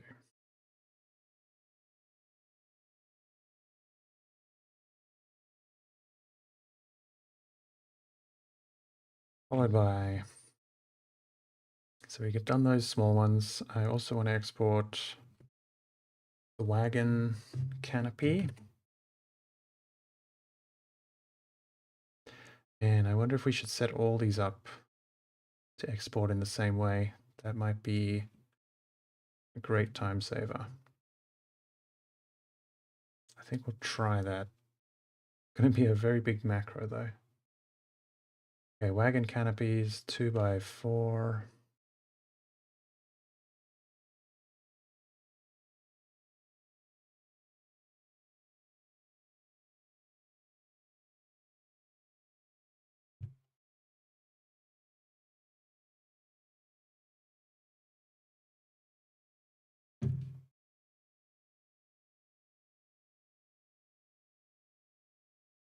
This is annoying because it's going to spread these things that need to be renamed throughout the whole file. but I suppose we'll just have to be mindful of that. Yeah, I'm just pressing Control Z to get back. You can see whenever it says select previous history state up here, that's just me hitting Control Z. Okay, we've got those minor tents. We might break this macro down into a few different macros. Nah. Okay, major tent. So all this space. 15 by 10. Have to remember that.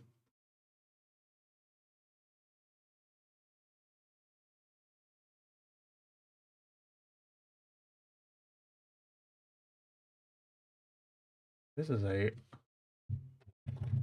large. I'll give these ones names. We have oval, round, square. 15 by 10.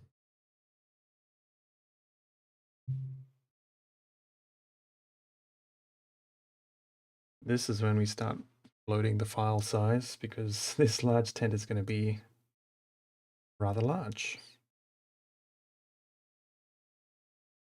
Yeah, I'm going to have dinner soon, so I think that I'm going to check out Power Tools in between this ending this stream and picking this up again, because I'm very excited to optimize this workflow. Just make sure I remember to do a Halloween color scheme because that's a real winner.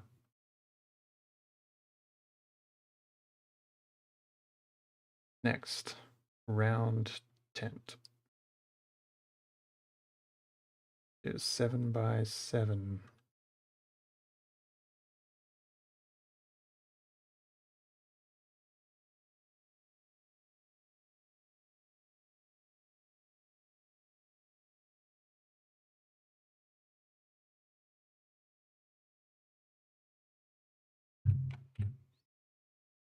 Hold on, supposed to be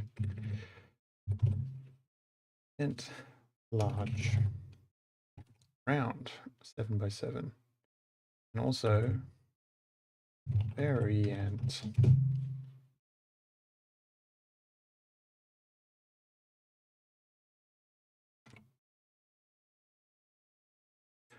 Don't like it when my computer lags like that. I think it's going to crash and I'm going to lose this whole macro. So far, so good. Okay, square 10 is 7 by 6.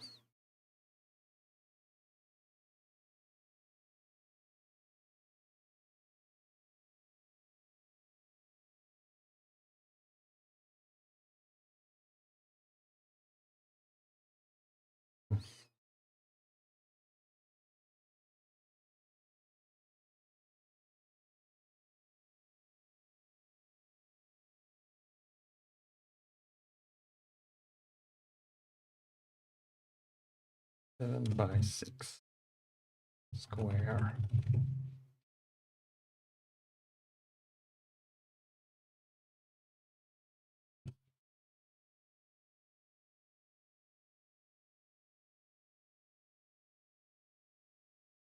I think when I hit stop, it saves it. So in the case that Photoshop does crash, I can at least keep this. But I do want to continue. I want to export these flags. Maybe I should do that separately. No, if I'm going to color them all, I should do it now. And the cannon too, for good measure. You're not going across, that's all good. Need to be mindful of the rope sneaking into the warm shadow layer. That's annoying.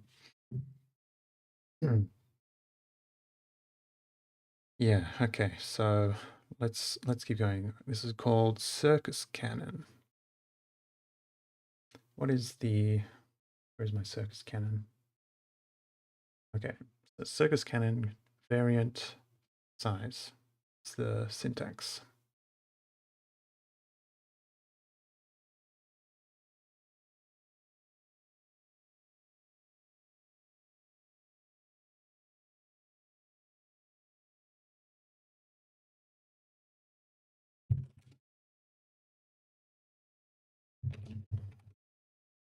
That annoys me. And some of them follow this uppercase system, some of them don't. I'm just going to pretend I didn't see that.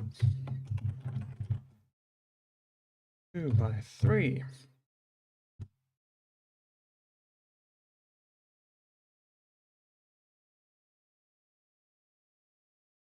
All right, we'll give the test of strength special attention, but all of these banners can be exported now. Is this a banner? Do I call this a banner or a flag? I think I call these banners and these flags.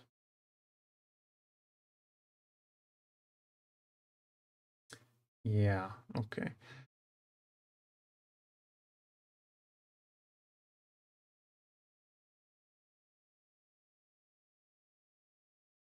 Maybe it should be the other way around. No, it's fine. Long flag? I think just flag. Flag 1. Variant 3 by 2. Undo. Let's try and pick up the pace without making a mistake. Tall order, but I think we can do it.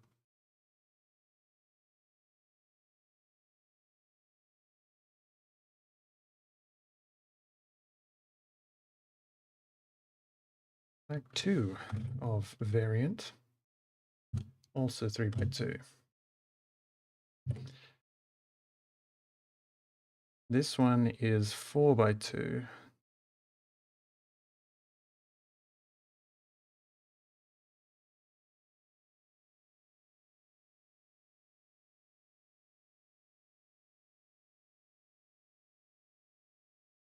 Should really just put that shortcut in the side here.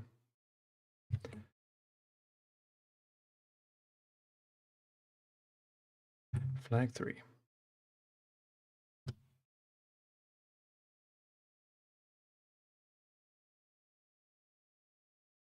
there's anyone in the future watching the VOD and you've gotten this far, then bravo. Actually, I want these to be called flags, because I want them to appear here next to the flagpole. Maybe I'll call them flag, banner. Yeah, I'll call them flag, banner, variant.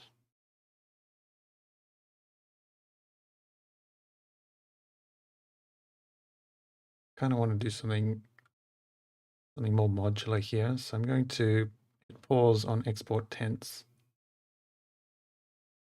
I'm going to make a specific macro just for the banners, and then I can put that macro in here.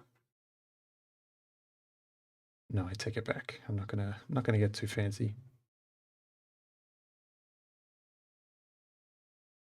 Where were we? All right, flag 1, 2, 3, 4, 5. It's a nice number. And then we'll be done with the macro.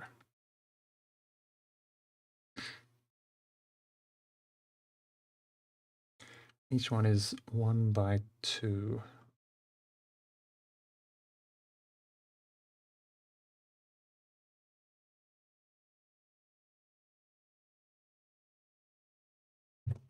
Flag, banner, variant, 1 by 2. Actually, it needs a number 2. Banner, 1.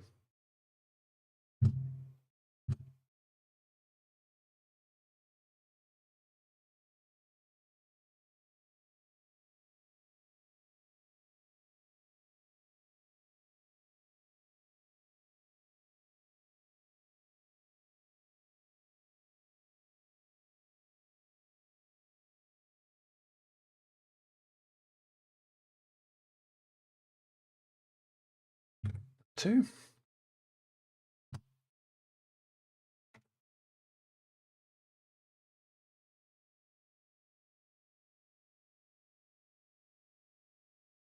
But there's no length, no limit to how long a macro can get. So far, so good.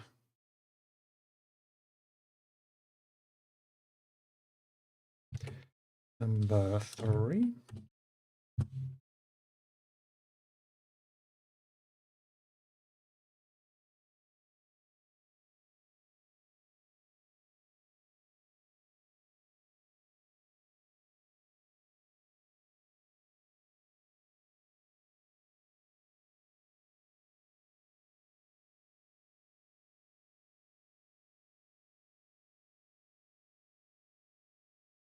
Four. Oh yeah, Mac. We are doing it manually now, but everything we're doing is being recorded into the macro. And hello. So that once we've done it all one time, I can change all these colors around and then run the macro, and it's going to perform all of these steps for the new color scheme. And in so doing that, we'll save countless minutes, countless clicks and key presses. And this should be the final one, final piece of the puzzle.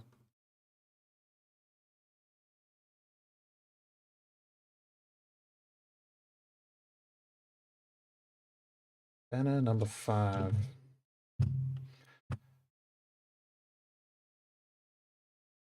Okay, and that will leave just the test of strength for us, which we can do that without a macro.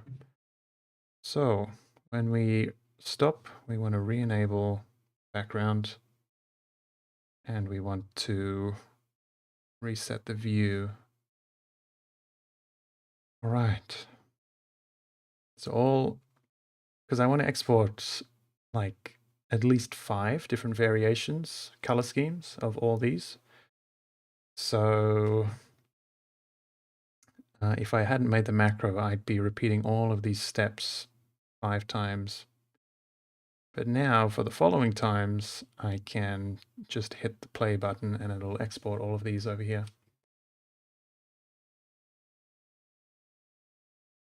Yeah, I thought about setting up an action like that. I have to create a separate save action for each one to give them a specific file name. That's why I did it that way. There's definitely a more efficient way to do it, but I'm kind of just doing the easy but more time intensive way right now because I don't want to get too technical while I'm running low on calories. It's dinner's right around the corner for me. Okay, let's have a look here. So this is what we exported. We exported all these, and we exported the wagon that's there. Where's the rest of our wagon? Oh, I called it circus wagon. That's why it's not there. Maybe I'll rename the wagon after all. And we exported all of these. Beauty.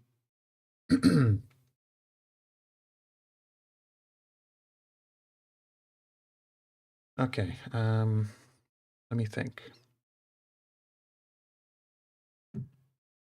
So I want to keep all of these ones that I made as a test. Our baby food, our banana flavored baby food colored assets. I'm going to keep those, give them a variant name with power tools. Thanks, Mikhail. Hope I'm pronouncing your name right. And then when we come back, we'll be changing up the color scheme and exporting different color schemes. That sounds like a plan. So in between now and next stream, I'm going to learn how to use power tools, and then we'll have an easier time of it next time. But that's gonna do it for this stream. So big thanks to everyone who's still watching and everyone who stopped by along the way and everyone who might be watching in the future. It's been fun. We got a lot done. You can see There's 159 items in here, which we've exported so far. Some of them very fun, in my humble opinion, and useful not just for circuses, but general fantasy stuff. You got wagons and training dummies, and another variant I want to export is just basic canvas tents that a marching army might use. You got your cannons. Yeah, there's plenty to do with these, I think. Yeah, it's been fun. But I'm gonna take off, and hopefully I'll even get to answer my emails today, so wish me luck. But first I'm gonna eat. So thanks everyone, and have a good one. See ya.